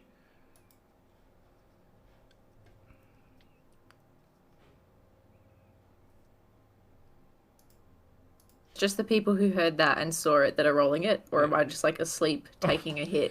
So T, you lose 6 sanity points. That's cool. So you kind of like reel in horror when you see this thing, and your sanity is. So what do? You both see this creature, this inhuman creature, kind of like drinking fat and blood from the. I immediately sprint into Murphy's tent. I don't wake Murphy up, but I just immediately sit next to Murphy, not wanting to protect them, but out of fear for my own well-being. So, Lottie, you see Cornelius kind of sees this and turns and just runs back to camp and climbs into Murphy's tent and doesn't come back. I fire wildly at the thing with my gun. So, let me just check how this will go, because I'm, like I said, relatively new to combat. And I apologize. I feel like with the shooting, it should wake everyone up. It will, yeah. So once you start shooting, you'll wake everybody up. You will be first in the order of attack anyway, because it's a firearm. So what you do is you perform. You attack with your gun, which is so you go first because shooting weapons automatically roll higher. Because they get your dexterity plus 50, which is higher than what the Karasiri will have, or the drinking monster will have. And you're also kind of surprising it because it's not really expecting you to shoot it. So He also surprised me, so fuck him. Okay. Right. So you attack it. So I think you can attack it by rolling on your. I'm sorry again. The dice is going to disappear briefly while I check the thing. Beep, beep, beep. Yeah, so if you go to combat, the combat tab, if you see that, T. Done? Yep. And if you go weapon, you don't have any weapons set up. What weapon do you carrying? Like a little pistol? It was a shooty shoot. A gun, but what kind of gun? Like a little tiny pistol? Like a tiny gun that you'd have, like a handgun, little... like a Derringer. Yeah. All right. Well, let me get the stats for that real quick. Thank you. Because I don't know what they are. So that's okay. Very sorry, everybody. While I do this, No, it's all good. 1d6. You've nothing to apologize for, Matt. Range is 3 yards, which is that close. You get 1 attack with it. It's only 1 bullet in the mag. I imagine this is one of those guns you see people having like really saucy in like their garter belt. Like Yeah, it is. It's one of those. It's like it's just a single shot. Well, that's what I said I was carrying the whole game. Like Mrs. Smith-esque. So you come out of the tent like. I put that in there for you. So now if you click it, it should be combat. E. Okay.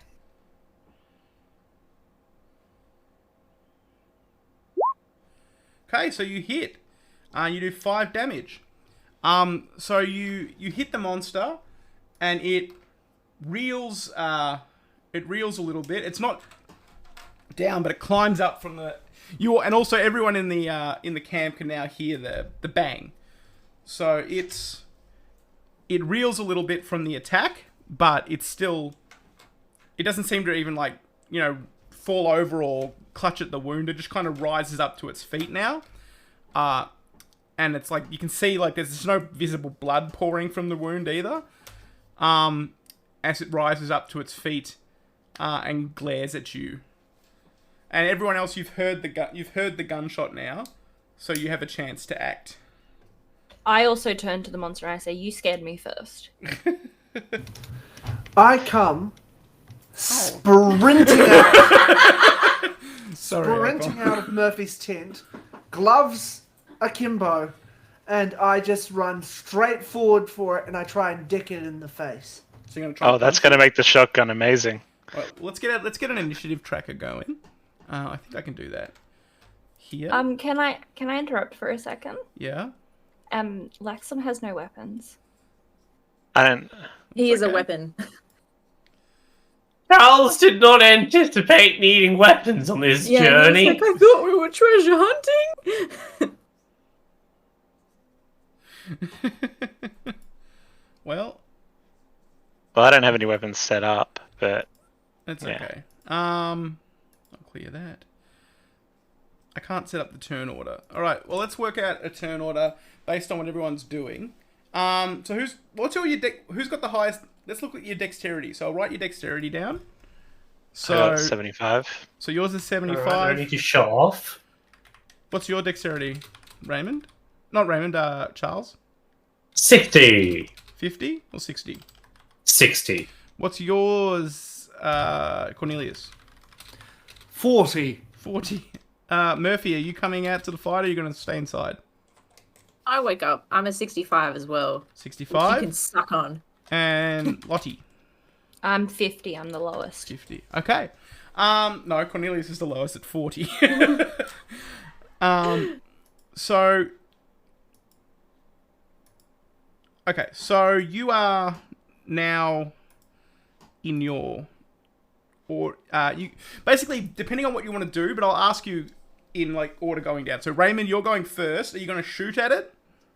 Yep, going to emerge with a shotgun and try to see the bullet wound. Yeah. Give a respectful nod to Lottie and step ahead. So you go ahead. You get a plus 50, so you can go next, unless because no one else can go higher than you at this moment. So you can shoot at it with the shotgun. I'll put the shotgun in your attacks for just a second. If you give me one moment to find it. I appreciate that. I like to think that we've all been sleeping with our firearms like in the bag with us. Well, I mean, because Lottie's like, oh, we're in tents, somewhere so there, yeah. And it's like, well, Lottie's is very inconspicuous, whereas Raymond is like sleeping, and then parallel to him is just a full-length shotgun. Oh, there is, because worst wildlife. Yeah, Are we not Americans? Yeah. So Yeah. could be saying, Do we not shoot? Why not shoot? Do we not have arms of bear? Okay, so your shotgun. I tried. I'm just gonna go with a 20 gauge. I was laughing. I'm just on mute. No, I heard it. No, friends, I'm just so focused on putting this in, so I'm not paying that much attention. Focus on the guns. So I would say you're close enough to do the full damage. So I'll just leave it at 2d6 for now. Range is 10 yards, which is close enough to do the full damage. Attacks, you get 1 or 2. So yeah, it's the one with the double trigger. I like it. Definitely both triggers. Okay, so I'll put the 2 in there, so you get to roll twice, and you get 2 bullets in a magazine, so you have to reload after that. So now if you hit the 20 gauge shotgun, which I've misspelled just like our friend 12 gauge. 12 gauge chimpers for like 12 years. Okay, so you hit it and you do 9 damage. So basically you unload the shotgun, and there's more complex combat rules in this, but I'm just going to leave it kind of simple for this instance. Yeah, because that was one of my bullets. Oh yeah, so do it again. Okay, so basically what happens is Lottie fires the Derringer gun, like the little tiny pearl-handled like garter belt gun, at the monster, and the pop is loud enough to sort of wake you all up, along with Cornelius is like running through the camp and jumping into the tent, and sobbing and crying. And then Raymond kind of emerges and immediately he has the shotgun with him, and he just shoots both barrels into this monster and basically blasts it apart, and it just flies backwards and lands unmoving in the brush. So Cornelius, even as you kind of run to hit it, it's already down and not moving anymore. And Larkin sort of comes out of his tent. It's like, what the devil is going on? I still run forward full tilt because I had momentum and punch its corpse in the face. Okay. It's a wonder Raymond didn't hit Cornelius with the shotgun. Yeah. Yeah. I'm going to say that he was lucky enough not to hit it because we know he's a lucky guy. He's very lucky. So it's dead. Larkin steps out of his tent. What the devil is going on? And Mendoza's already kind of like out, but he's just not really. He's not saying anything. He's just kind of lurking on the outskirts of the camp and watching. Watching him as I reload. You've led us into a place with that thing. Interesting wildlife. With my new Spanish knowledge, I'm like, under my breath, I'm like, El Chupacabra. He's like, what an odd looking fellow. And he kind of like pokes at him. I'm also still atop him, giving him light punches in the face. Larkin is poking Apom's character. Larkin kind of like taps you on the shoulder, Cornelius, and says, I think he's done for, old chap. You're going to ruin the gloves. I get off of him. Yeah, that's what would get through to him. Oh. It's like, I'm dreadfully sorry. I didn't realize that such creatures could be found out here. Or existed? Well, I mean, it's just a man, albeit with a strange facial deformity. That was sucking on a pack animal. Oh, there's no accounting for taste. Like, really? Sorry, that was out of character laughing. So yeah, is it that he looks like just a regular dude, except he has like a lamprey mouth? Yeah. Is there any, like, when we shot him, is it blood or goop? Just blood and goop. Blood and goop. Well, the goop of being shot. Okay. Short range shotgun. Yeah. Flesh goop. Okay. Fleshy goop. Good, yeah. And the humiliation of being boxed. Yes. Yeah. There's piss there. He's pissed himself before he's died. Yes, that's What true. the? Hey, you're like a medic, aren't you, kid? What is that? Dead. Right. Nothing gets past this guy. And Larkin kind of speaks up and says, I don't want to make lightly of your experience, but perhaps we should go back to sleep. I'll set a watch if that would make you feel better, Mr. Doyle. Did you just order someone else to set watch? When? No, I'm asking Mr. Doyle to stand watch. He's an employee of the expedition. Oh, you meant set capable watch. I watch thought you right meant set here. an alarm.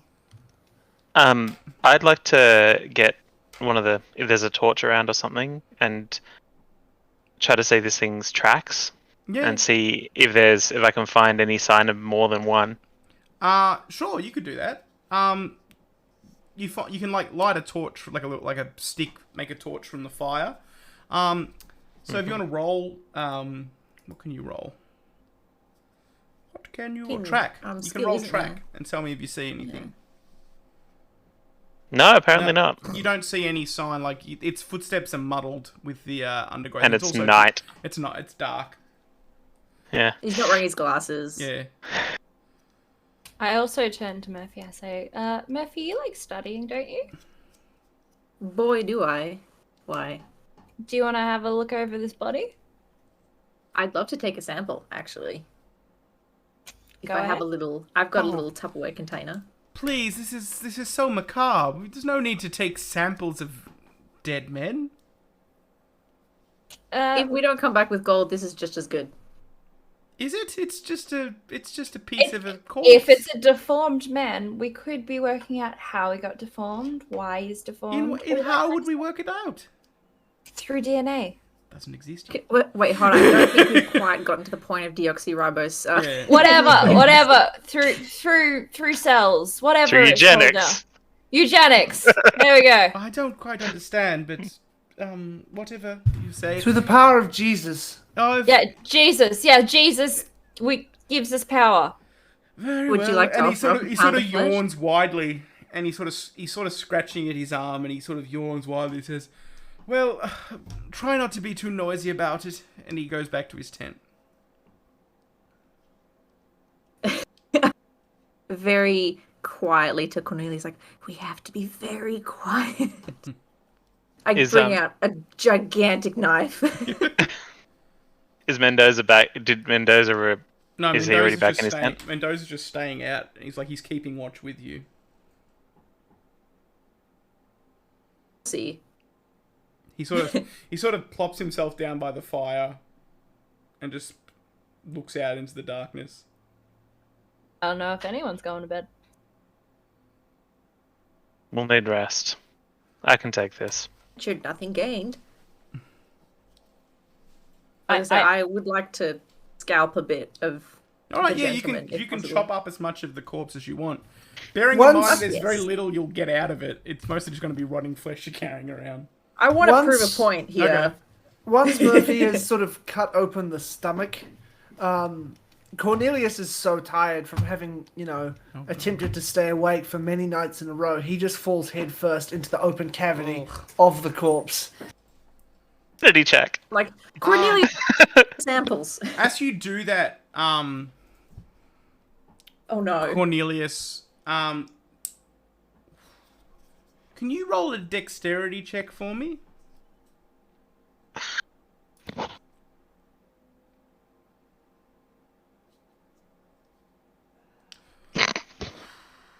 Butler. No. Okay, so as you do that, you fall face first into the corpse. Do you feel briefly like something kind of pass your lips, like a bit of loose flesh? And yeah, that's all you feel. And then it's gone. It's not in your mouth, it's sort of slithered down your throat. Do you mention it? In my head, he was asleep, so he doesn't really. Yeah, so he's currently asleep. He's only going to be. He's Give so me tired. an The only intelligence way check. he's going to get out of this is if Murphy physically pulls his head out. Give me of an the intelligence corpse. check, and we'll see if he sort of. Like, if there's a motion from Murphy, Doyle would go and just yank him out by the collar. Yeah, but let's just see if you give me an intelligence check to see if you recognize. Okay, so you don't recognize anything has happened, and no one else does either. Come on, kid. You need sleep. I feel like he's just fucked this anyway. whole group. Well, not necessarily. Let's not make that assumption. No, it could just be himself. Oh, yeah. Okay, so you bummer.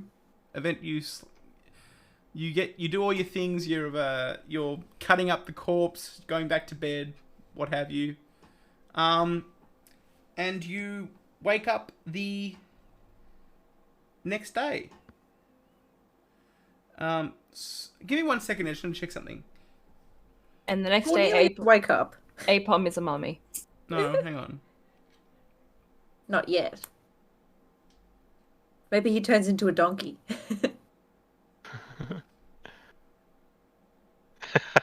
Yeah, Violet's got a point, actually. This is some hands-on science that Cornelius is partaking in. This is Violet's some, like really Wayland smart. Utawny fucking Yeah. corporation. shit. Yeah. We find out that Murphy's real name is Wayland or something.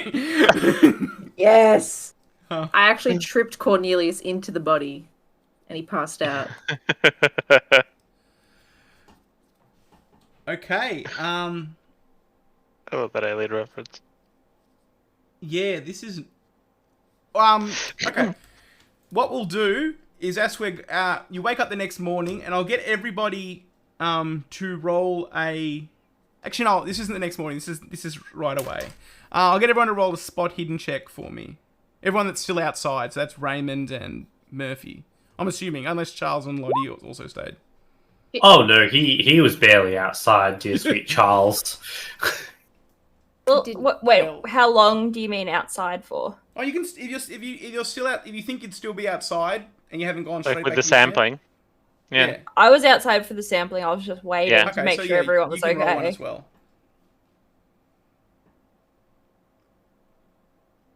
It's spot hidden.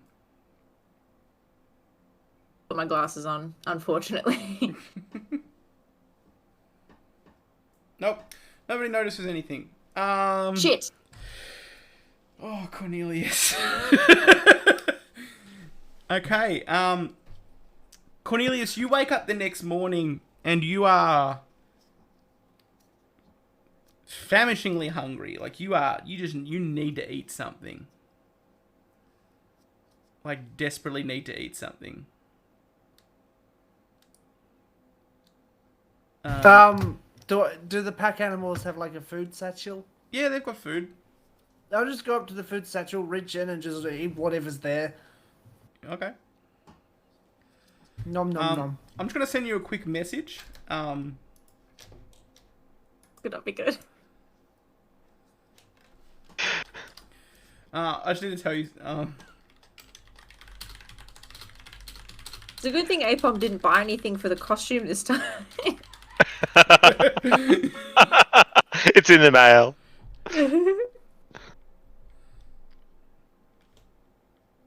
I don't know how Murphy's gonna survive after this. No, I'm optimistic. He's not gonna die. It's just like I constantly keep asking for him. But, Oh, Cornelius. it's gonna end up like End of Shaun of the Dead, where you've got him chained up outside in the shed. In Murphy's most complimentary that they've ever been, it's just, I tolerated you.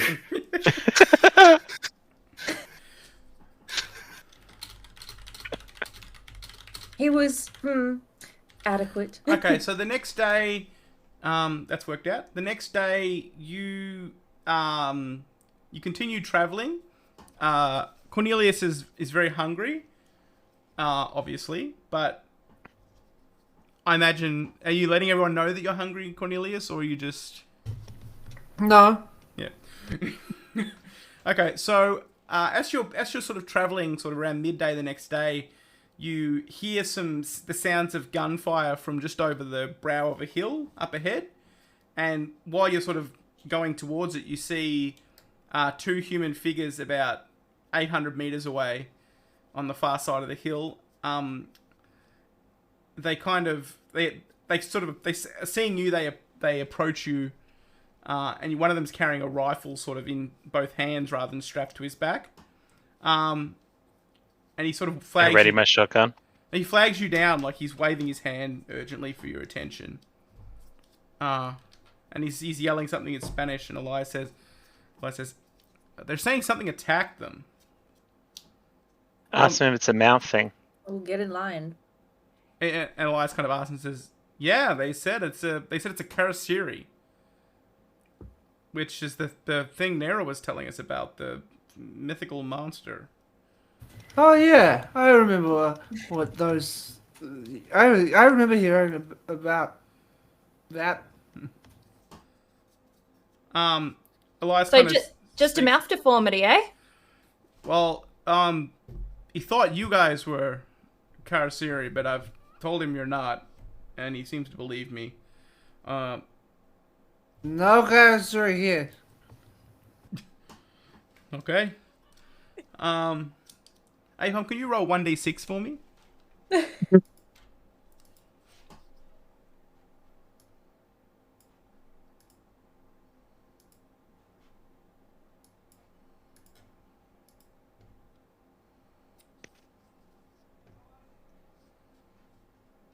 What was the result?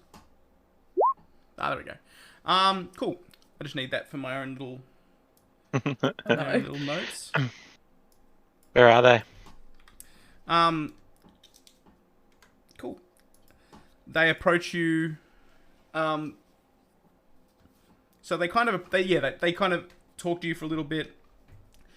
And they said like the one of them's the father, and they said they were attacked. They were attacked. The father here, Julio. He says he drove them off with his rifle. He shot one, but they sucked body fat out of his son, and like you can see, his son is kind of his shirt's torn and covered with blood, and there's a gaping wound in his chest. Not pretty much exactly like what you saw on the pack animals. Cornelius, you're a doctor, right? Or like a doctor? Yeah. You could look into this. Okay. See if it's like, there's that thing growing in him again. Cornelius looks down at his notes, which he's been frantically scrambling since the last night, which simply read, eat, eat, eat, eat, eat, eat, eat, in considerably more incoherent lettering. And he walks up to the person and looks them in the eyes, and then looks at the wound, starts to drool a bit, but doesn't say anything just yet. So you notice that the wound looked exactly like that was on the. Everyone, it looks exactly like the wound we saw on the other thing. Yeah, I was just meaning more like patch it up, heal it, doctor stuff. I nod in agreement, and I look at the person with the injury. The father kind of watches you when you're getting close to the boy, and he puts a hand on your chest and kind of pushes you back. And Elias says he doesn't want you touching him. He says you look too much like them. Well, that's rude, but fair. I don't want trouble. He gets that a lot. All right. Well, their farm's not too far from here. I don't know. Like, do we want to? Larkin sort of like comes from the back. Larkin kind of been lingering at the back. He says, "Oh, this poor young fellow. Well, I mean, I don't. It's up to you, I'm sure, because Ms. Murphy and Ms. Genovese. But would you mind sparing him one of the pack animals, maybe? I know we're rather light, but it might help him get his son home and tended to."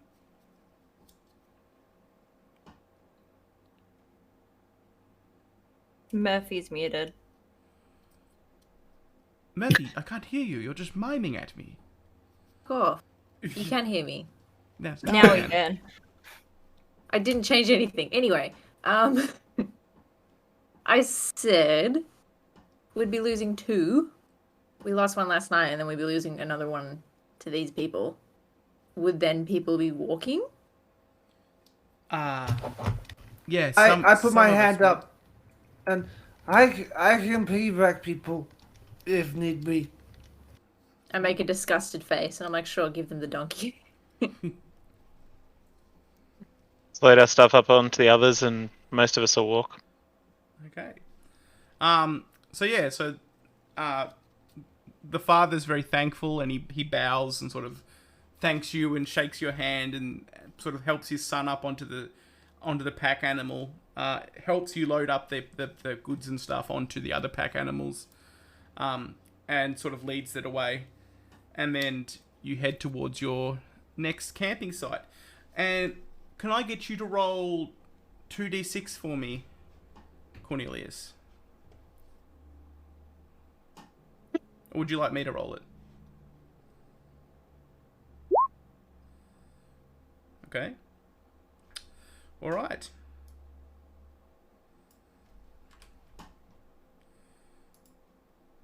So now it's night time. Like you've built the camp. You've set the camp. Is there anything you'd like to do before the end of the day? I'm very tired for last night, so I'd like to go to bed early. Okay. What about everyone else? I would probably still ask Cornelius to keep watch outside the tent. I sit outside Murphy's tent, staring into the endless void.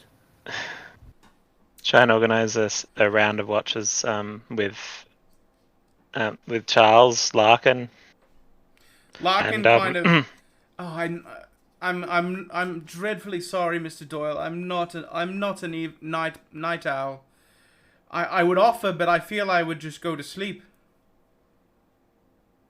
That's not very gentlemanly of you. I am only being honest of my own capacity, madam. Whatever happened to chivalry? I assure you I am as chivalrous as they come. Perhaps Mr. Mendoza could keep watch in my stead.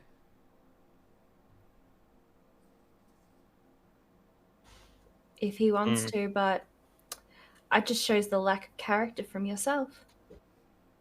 Well, I suppose I'll do my very well. I will do my best to remain steadfast.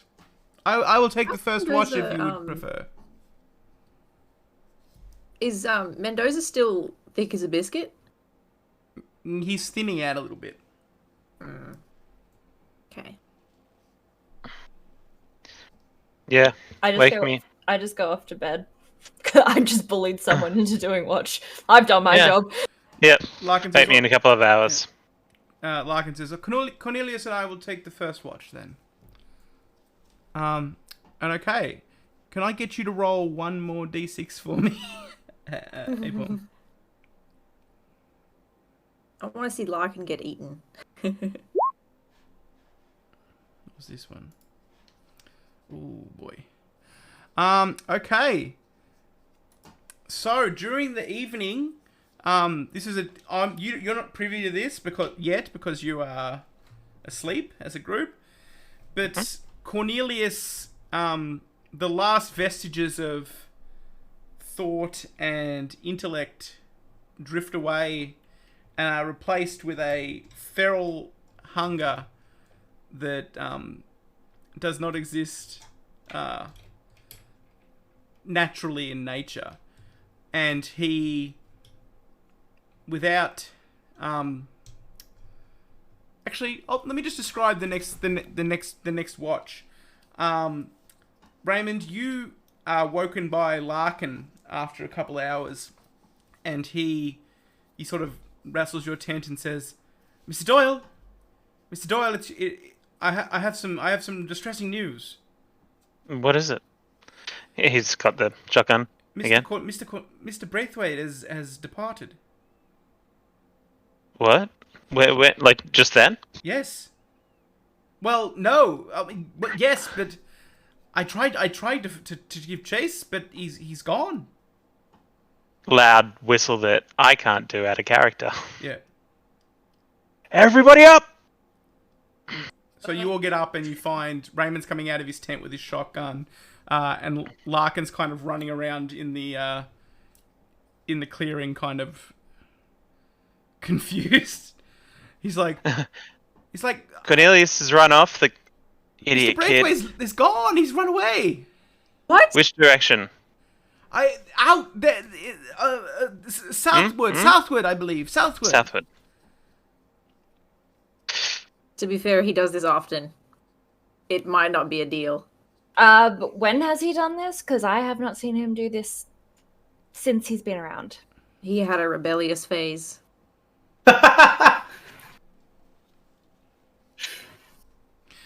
What do you reckon? Should we try and? I tried to convince him to stay, but he wouldn't hear of it. He departed. He said he said he could make his own luck. All right. Sound like him. Yeah, exactly, Murphy. Let's go find him. Yeah, make a torch and. Okay. Does Charles get up to the shouting and the everything? Charles is still dreaming of Lake Titty. Yeah, no. Charles, he goes a bit lighter on the alcohol now that he's actually on a journey, so he's up. Very joy for the first time. He's like, I don't need it anymore. Hey, Chuck, would you mind grabbing a grabbing one of the torches, like help you make a yes, torch. of course I can do that. Can you carry the light for us? Yes. Is Larkin coming with us? Yes, absolutely. I'll help you find. I'll help you search. And Di Mendoza? Luis, please. And like, Di Mendoza begrudgingly follows along, like kind of with his like hands in his pockets, like several paces behind. Like a sullen teen. Yeah. So I'll get you all roll tracking. You're checks. muted, T. Oh yeah, I am muted. Alright.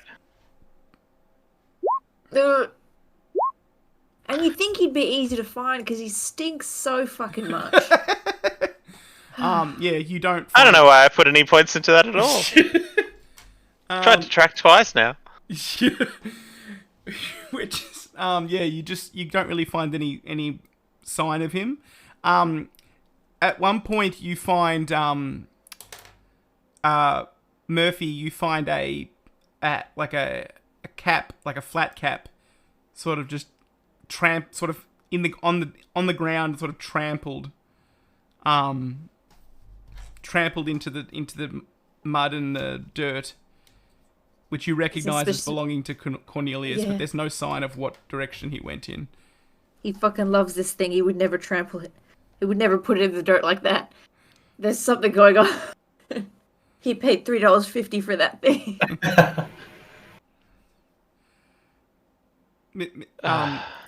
Larkin kind of sighs and says, I'm dreadfully sorry. I did try to speak with him, but he wouldn't hear reason. No, it's my fault. I shouldn't have asked you to stay watch because clearly you're useless. Mr. Avise, I must protest. It is not my fault. I'm not going to be able to track him in this dark. You were speaking to him, but it didn't wake us up? I don't know. I don't know why it didn't wake you up. You don't know, or you don't know why it didn't wake us up? I was speaking to him, yes. But you said you didn't know. I said I don't know why it didn't wake you up. But you said you didn't know first. I'm sorry, madam. I'm quite distressed. Yeah, one of my expedition just walked off in the middle of the mountains. Yes. What do you reckon? Should I keep trying, or should we try again in the morning? I leave it up to you. I would gladly keep trying, but I'm not much of a tracker, sir. This is looking to Lottie and Murphy. Just predominantly, like, just past Larkin, just to these two. Elias is also there, and he's just kind of baffled by the whole what's situation. Elias's tracking stat? He's like, it's not worth mentioning. No. Shit. Well, he can roll it and see how he does. I'd love to see if he does it, I am gonna be less than pleased. He doesn't have it as a skill. Oh, fucking bookworm. Yeah, so he can't. Classic. He can't do it because he doesn't have it as a skill. Mm-hmm. I would very much like to find Cornelius tonight. Alright. Can I take some time and... I don't know if there's a taking 20 or something? Or taking 10 or whatever? Equivalent in this game? I'd love to call out if no one's tried it yet. You can call out. I say, Corny! Corny! In that tone? Corny! Oh, it's corny. E.T. I'm not trying very hard. E.T. Cornelius is lying in a riverbed going like, Face down. Just wrapped in a towel. Phone home. Cornelius phone home. Oh no. Cornelius phone hole. That's where he came from. The armadillo hole. Yeah, I'm like banging rocks and shit together and I'm trying to make a noise. It's probably not the best thing to do, like at night, surrounded by wildlife, but I'm going ham for it. So yeah, you yell and shout, and the only responses you get are like the deep growls of like jaguars in the distance and chattering of animals in the trees. But nothing... Chattering as in like owls and stuff, or like Oh, g'day, Greg. Did you hear about Yeah. what Gavin did? How was the game? Yeah. No, latter one, the second one. Lots of chattering about that. With I Greg. like that all these animals have Australian dialects, by the way. Yeah. G'day. Yeah. What's up, Would I Jack? be able to, rather than trying to track him exactly, like, would I be able to kind of look to the landscape or what I remember of it to sort of get an idea of what, where someone might naturally go? Well, at this point in your travel, it's sort of naturally the path is more easily traveled, sort of in the direction you're going already. Yeah. That like you could go back the way you came, but it would be a bit rougher just by virtue. It's an uphill as opposed to downhill. Yeah. So south, like going south, would be the direction of this path. Yeah. Yeah. All right, guys. You kind of looped up around and then came down south, like as you passed some mountains and then came south through the valley. Mm-hmm. So do we pack up camp and just keep heading south, try and catch up with him? Well, like, the only thing I could think of is he would go to the people that we met, because that's the only place around here. Larkin said that he was chasing after his own fortune. He might be going towards the pyramid. I hate to say it, but is it possible that Mr. Braithwaite could be seeking the treasure for himself? No, we share everything. You don't understand the bond that we have. I don't want to disparage your relationship with the man, but I'm just going by what he said. Murphy, would he perhaps be following in your footsteps? He's always doing that. He's always 2 steps behind me. Yeah, maybe he's learnt a bit from you. No, you don't understand. He's dumb as a bag of rocks. He wouldn't do something like that. Perhaps Mr. Doyle can serve as your attaché for the moment, just so you're not quite. It's not the quite same. I'm aware No, it's not the same. it's not. All right, but let's start packing up camp. I Very know well. traveling at night isn't going to be good, but it's our only chance to catch up with him. Very well. And Larkin's like eyes are sunken and tired, and he kind of yawns, but he You are more than welcome to stay here and rest. No, not at all. I feel this is my fault. Yeah, it is a little bit. Well, it was not my intention to lose the man. I need his help. Like, I need all of your help. Mm-hmm. And he was quite a friendly chap, I found. He was like a golden retriever, but a man. Yes, I would agree. Boy. Soft a man boy. And Golden retriever man boy. Never seen you so sentimental there, Murphy. And he was kind of stinky. That's why I thought it would be easy to find him. I'm sorry.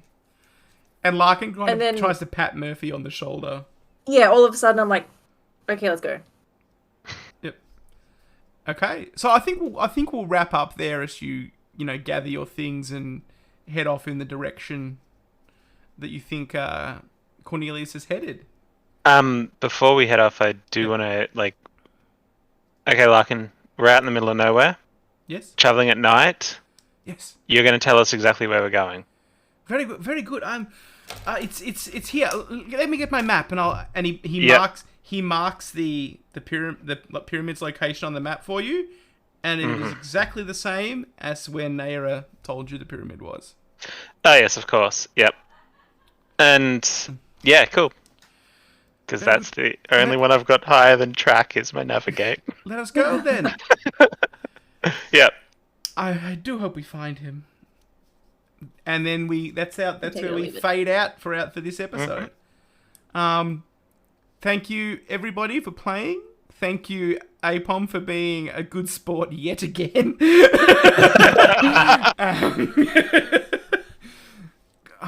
I'm very. If it's any consolation, Cry, you gave all the disclaimers under the sun of what type of game this was. Yeah, I did try to warn you. No, it's good. Apom, are you okay? Did you have fun? He said, you're yeah, muted. good. He said, yeah, good. That's Okay. I just like, yeah. Yeah, thank you. At least I can go talk to him after this, rather than have to just turn off the... Go well. console him. Hey, Craig, maybe I you won't have have to do the questions. voice for Jackson anymore. Hey, also, none of you know what's happened to him. He may No. yet still be alive. Yeah. I'm just. Oh, well, that's I it. mean more that I've Kind taken of. control of him from you. Yeah. For the moment. Yeah, I feel like you've taken control of him, so I'm like questioning, does he get to make a new character now? Well, you don't know what's happened to him yet. No. To think he's been released But into I the just, wild. what happened Doyle is just I had thinks to take he's- control of him. Got some idea in his head and genuinely just ran off. Like, Yeah. He's okay. found somewhere in the wild the box. I just feel like that's like they're all the lampreys or whatever the vampire things are called are out in that area, and they're just like that's what they're free ranged. Free range Love that vampires. Performing surgery on snakes. Box of Everyone them. keeps calling him a doctor, but he's like barely competent. He did in one medicine. surgery role that he spent 18 Oh, luck points on. No, I'm well aware. I'm calling him a doctor sarcastically. I'm sorry. I'm sorry. I'm the one that's calling him a doctor, but I'm being a dick about it. If he does, Raymond wasn't a medic. If he does end up making a new character, he should make a doctor. But not one that speaks Spanish. Yeah. We can't have that in the party. No. He's Wait, like, I was brought please up to, I was Say, brought down to why- South America to see this one, to oversee an autopsy of this one man, and there was this botched fucking surgery. You should have seen it. They were trying to pull a lump out of him. Worked, but the man did die. It's like, oh yeah, we heard about that. Well, thank you, everybody. There might be more games this week. I kind of want to do an Alien game, but I need to find people that are available to play it. I have 2 weeks off. Well, that's good. I'm like I said, I wanted when I told you when I was originally planning it, I want to try and get people that haven't Yes. played before. Which is why I was kind of like hint at Violet, if Violet doesn't mind being in a game with a scary alien. I highly recommend. I've played Alien Under Cry before with someone who hadn't role-played anything, and it was brilliant. It's a very fun game. It's very simple. It doesn't require a lot of rules learning. And we're also looking at starting a Sunday Pathfinder fantasy campaign with our D&D group. Or maybe we'll just play D&D. I don't know. Or maybe we'll play the One Ring. I don't. Actually, that's what I want to say. I want to canvass you now because most of you are my D&D group. What do you think of? Because I spoke to Chimp about this, and Chimp was very interested in a fantasy kind of setting, just because. Okay. What is Apom saying? He's doing. Apom was doing hand signals. Is And it I'm losing okay? it. What? Why Zero? isn't he allowed to use One his ring. microphone? One ring. One One ring. ring. One ring. Okay, I when- think when- it's binary. I am- Why can't we hear Apom anymore? I am very inclined towards One Ring. I like this. I like the setting. Obviously, everyone likes the setting. And it's one of those games that's simple to learn, but there's a lot of depth to it. As long as I can be a tree man. I don't think It's also delightfully high fantasy, which we haven't gone back to for a while. yeah, it's high fantasy without all of the stuff that I feel ruins high fantasy, like Yes. soft magic systems. I really don't like. And Lord of the Rings sort of has a soft magic system, but the magic system is so soft that basically player characters don't get to use it because it's so. You want to in the Lord of the Rings universe when Yeah. you can just have a good sword. Yeah, I like that the magic is subtle. The magic is this sword glows when it sees an orc. Yes. Yeah. Which is fine. But yeah, so I want to do. I think the One Ring is the way we'll go. So I was originally thinking Pathfinder, but honestly, I think One Ring is because it's a setting that I don't need to explain because you've all seen Lord of the Rings. I'm assuming you've all seen Lord of the Rings. Well, Laxlam. I remember I've seen the second one. All right, I'm making You'll never Maxim, be your allowed in homework New is to go Zealand. away and watch Lord of the Rings. You are banned from no. New Zealand until you see the film. Wait, hold on. You I'm gonna happen end to up bullied have into watching Lord of the Rings. I'll just get them to write me a review. Laxland, don't even worry about it. You keep forgetting that the only time I've ever watched any Lord of the Rings was when we were moving me up here and we were in the hotel and I watched that one and I fell asleep in it. Perfect. Let's do a watch party or something. We can do that on Critical Venture. We can all get together, watch Lord of the... I mean, Stoop will be fucking furious because she's done this. Let's do a... Stoop will probably want to join us. Yeah. I think she does. Did we do like, a to dramatic Extended, reading? correct? We're very good Oh at yeah, I'd dramatic like to do reading. the extended version. I prefer I the like extended Chim's version. idea. What's that, Chim? We should do a dramatic reading of the entire script of all three. I, What about I we do would I would like that instead. We could do a dramatic please. reading of the book. Yeah. I would like that. That would make me a lot happier. Do Thank Let me just check on Audible how long they are. I'm just gonna say I'm perfectly happy doing a dramatic reading of the book. It will take forever. We could do it in installments. But I would Yeah. like that, please, and thank you. if people want to get involved with that, we could do that. I'm happy to do that. We could do that on here. I feel like that's a very... Fellowship of the Ring was 20 hours for a professional to read it. Yeah? Yeah, but they have time to breathe. That's weak shit. but also, like, Do you remember how long it took us to do like half a page? That's like 10 Yeah. streams. That's no big deal. We could it's serialize 10 streets, it's fine. We could serialize it. Make it like a radio play. Like, we could go through the book Yeah. and, like, we don't need to have, Oh, like... honestly, I'm down. I'm just thinking, like, I know I'm brainstorming on the, But also, you could turn it into a podcast and just start dramatically reading books. And we could do... yeah, fuck you, we're stealing your idea. We could just do it like, we could like make it like a radio play. You don't need to like read out all like the Yes. interior like Radio narration play. stuff. Like make sound effects and just do the talk and stuff like that. Yes, I like radio play, and I used to listen to a Lord of the Rings radio play from the 70s. But If that one was from exists, we the can get the 70s. script for it, and we don't have to do it ourselves. Yeah, but the one from the 70s is from the 70s, and frankly, it needs to grow up. So, Is it like It's War time of the for an Worlds update. where it's something of a rock opera as well? Look out! It's an orc. no, it actually, honestly, it actually kind of rules. And funnily enough, Ian Holm plays Frodo in it. Just there. Anyway. But yeah, so that's well. Maybe we'll put that in as a serialized thing. And Violet, I'm not sure, like, even if it'll be a Sunday when we play Alien. I just want to do it at some point. So I'd like if you let me know what times you're free to actually. It'd probably have to be a weekend because otherwise you're like in a house full of people and you can't exactly be talking a lot. But the only thing it can't be because I know Reckle wants to play, so it can't be Friday night or Saturday during the day before sunset. You have an incredible memory of other people's schedules. I don't even remember. Well, my I own. just It's know bizarre. when the Sabbath is. Oh, Yeah, so I'm like, I just know we can't do anything during that time. true.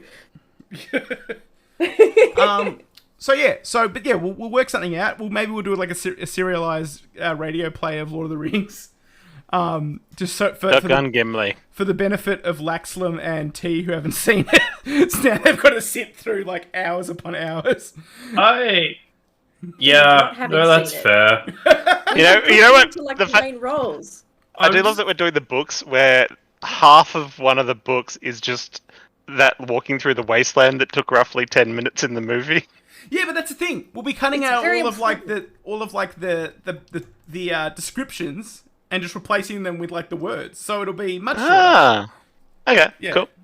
Well, to be fair, I wasn't allowed to watch Lord of the Rings when I was a kid. I My know. mum said it was too scary.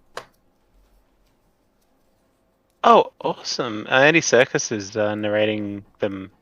No, They're gonna be we're coming out narrating soon. them. Oh, you're right. There's only one. Aragorn is trans. I've just You heard it here first. So way back when I was too lazy to watch Lord of the Rings, I actually may have bullied, along with another workmate, a friend of ours, to watch them for us. But you didn't watch it? No, heavens no. Why would I watch it if I'm getting someone else to watch it? Cut them a middleman. Jesus. You understand synopses have existed on the internet for so long. Oh, that's what I was hoping to achieve from this. But no, she's just like, oh yeah, I watched them. I'm like, okay, thanks. That was the extent of your request. We are done. And you were like, all right, then keep your secrets. Yeah. Any she's just responded. Is Sarah making you or someone else? This has made my night. Napalm's out of his pen again. Mac, you don't have to watch it if you don't like it. I'm not gonna like force. No, force him. People that don't want to watch it don't have to So watch Mac gets out of it. Well, if you're not interested, you're not interested. You don't have to be. No, I'm messing with you. I'm totally happy. We'll get the Clockwork Orange chair. Yeah. I know 100 people that love Lord of the Rings and would be in the Game of the One Ring. So I'm not too fussed. If we do the reading, we should have like a rotating cast as well. I don't know. I feel like we could just get like everyone plays one character, and when it's their turn. Just have to be on the stream when their character's there. Yeah. Although we'll be fucked in like the big if we got to Return of the King, we'll be fucked in like the big war council things where every fucking cunt in Gondor has a fucking line. It's like, hey, well, extras can just be one person. Amroth, and I think this. Well, I'm the Lord of this place, and I think that. the ballsack Lord of Princeton. I'm the Lord of Belfalas, and I think this. Yeah. Well, I'm the Swan Knight of Peregrine. I'm the Lord of real life Serbia. That's the best part. That's the best part of the dialogue, where they all start something by saying, "Well, I'm the Lord of such and such." Yeah, they're like Pokemon.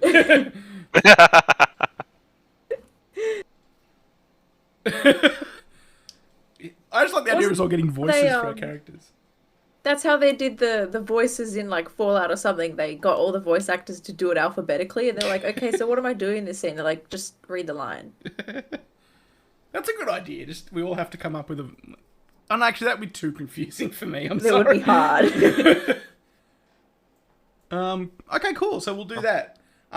Thank you, everybody, for watching. This time slot next week is Shadowrun with Chimp again, Apom again, and Stoop, who messaged us earlier today saying, we're not doing Shadowrun tonight, are we? And we're like, no, Stoop. That was in the calendar. Cool.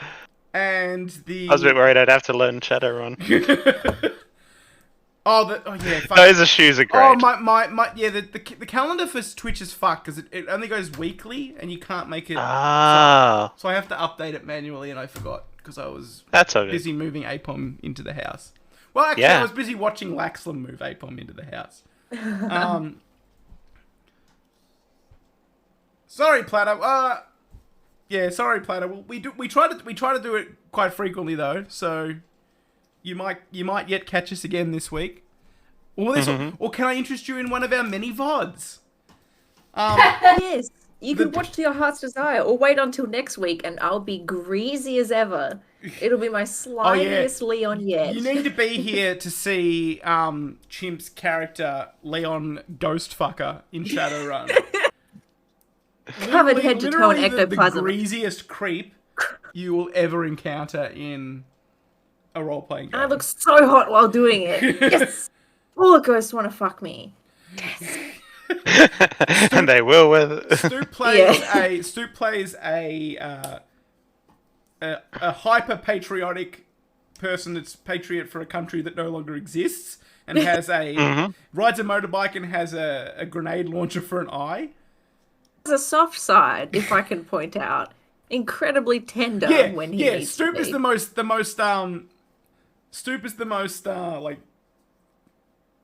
like friendly, or what's the word, like likable character in the story. Endearing. Yeah, endearing and likable character, looking for the perfect twink. And Apom plays a cowboy that's just like got a broken brain. Very fun to watch. Which I will never let die in Shadowrun. Okay, Okay, so let's do a raid. I'll let everybody go because I know Chin's probably hungry. You hungry, Chin? Famished. Yep, thought so. Apom, you ate dinner, didn't you? Yes, but Good. I'm also going to make myself some cereal because I too am famished. Well, I'm gonna make some cereal I too, have a that sounds bad stomach. Bad stomach. I fed A-bomb. Yeah, Violet says, not as hungry as Cornelius. You're damn straight. Or unless, if there's no more sessions after this, just assume the worst. We've all got eaten. I'm safe. You all are in the streamer house, streamer state. Mac, you really should watch the Shadowrun VOD. It's very fun. Because, like, Apom's character just talks about how history was basically cowboy times, cybernetic future, and, like, nothing else. And he, at one Have anyone point, seen the Wayne Radio text-to-speech Cowboy, where it just lists Cowboy 1, Cowboy 2, Cowboy 3? It's just that, he's Apom's character. I just love the way that he insisted that there was no books in Cowboy Times. Like, nobody had books. That's very good. Nobody ever read a book in Cowboy Times. But yes, the One Ring. I like that as a setting. And I will pitch that to the group and make a little DM chat. And also I will invite anybody that's interested in our chat who might want to play. But keep in mind, you need to be available on Sundays. Australian Sundays. The Lord days. Either, and they would be... I'm thinking for those ones, I might run them earlier in the afternoon, like around 2. Just because it gives people more chance to... Like, American people more chance to play. And I feel like our times at the moment are very geared towards... like... Your livers. Yeah. Yeah, very... Yeah. Similar, but... Hey! Night Prophecies. Oh, I'm going to shout you out because they play Vampire the Masquerade in a very cool way. Ooh. And I enjoy watching it. And they've every time... Oh, T did it. And every time they do their stream, I remember that I've still got Blood Rose City on the ball. And then when I told them the only reason that we were waiting for Blood Rose City to start again is because I'm waiting for the Sabat book, they got very nervous about that. But I promise you, it's just a coincidence and has nothing to do with what I want to do with the next or the first official season of it. No joke. When Crames was listening into the conversation happening in the hotel room, I was like, "Oh my god, it's Mr. King crossover episode." There's vampires in Call of Cthulhu. That would be fun. Well, yes, we've seen them. Tim, did you see what happened to your beautiful tall lady in Blood Rose City? Jenna's character has taken them away. She's been hypnotized, and it's out of her control. If she had the choice, she'd be with me. I bought a convertible. I'm calling up my friend. I had a friend. I've got a servant in so many of these games. What is his name? Like Chad or something? And I was like, Yeah. I need you to be out of the house tonight. I'm bringing someone over. She'd be there. She'd be there. Yeah. Okay? It's just a fact of the matter that someone else is hypnotizing her at the moment. The best part was every time I go because Jenna's made Adelaide a character in their chronicle, the Night Prophecies Chronicle, and every time like they mention like secrets or stuff, I'm like, well, someone has an elder hidden in their basement. You put her in the basement. Oh, it's fun. I'm She's a hoping I queen, can that's lure not where all she those characters belongs. into Blood Rose City at some point and torture them with the very different and much less homely environment that is Portland. You put her in my wife in the basement. I've never wanted to commit so much It is violence to platter. someone. It is elder abuse in like the most definitive term. I'm calling the police right now. My wife is in someone's basement. Free. Why, you want a snack? Oh. I'd like to get a play again, but like I said, I want the Sabat book, and it's not necessarily because I want to introduce Sabat. It's just that I have an idea, and it would be better served with that book. Isn't Sabat a card game in Star Wars? That's Sabak. Oh, we do not need to talk about Star Wars again. Yeah, I just had a moment where the nerd jumped out. I don't know where that came from. So, T, that Palpatine. Oh, rude. No, we're not doing this again. We already had this conversation when Laxon was here. I, for one, have no Star Wars opinions. Yeah. Apom was just that's true. I've never seen Star Wars. Well, let's trade Jordan. at that time, hey friends. Jordan plays plays D&D as well.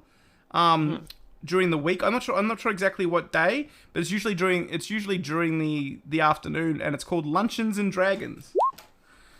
I enjoy it. Good. Because it's almost the same. Okay. Well done, Chimp. I'll let you guys. I want to encourage everybody who's not in the Discord to come to the Discord, because it's where I do all of the like the casting and stuff for the game. So if you really want to play, all you need is a webcam and to be willing to be on your webcam, and you can play. I happily teach all the rules. Everyone can tell you that I don't like get in everybody's face about not knowing the rules and like forcing them to learn things. So angry. I don't do that. I'm very angry. T's just referring to her own emotions at this point. She's angry. I'm always so angry. So yeah, jump in the Discord. Do it. Why is this channel? It's the one we're going to. So Jordan's channel only has follower or subscriber chat. So follow Jordan and then speak. Yeah, but you should follow Jordan though. Yeah, Jordan's great. So yeah, everybody have a good night. Jump on the Discord if you haven't already. Come say hello. If you want to be in a game, let me know. I'm very open to letting anybody that wants to play jump in. And people in your house. Yeah. The fewer people in the game that aren't in the house, the easier it is audio-wise. Bye, everyone. Bye. Bye. You can say bye, Apon. Bye!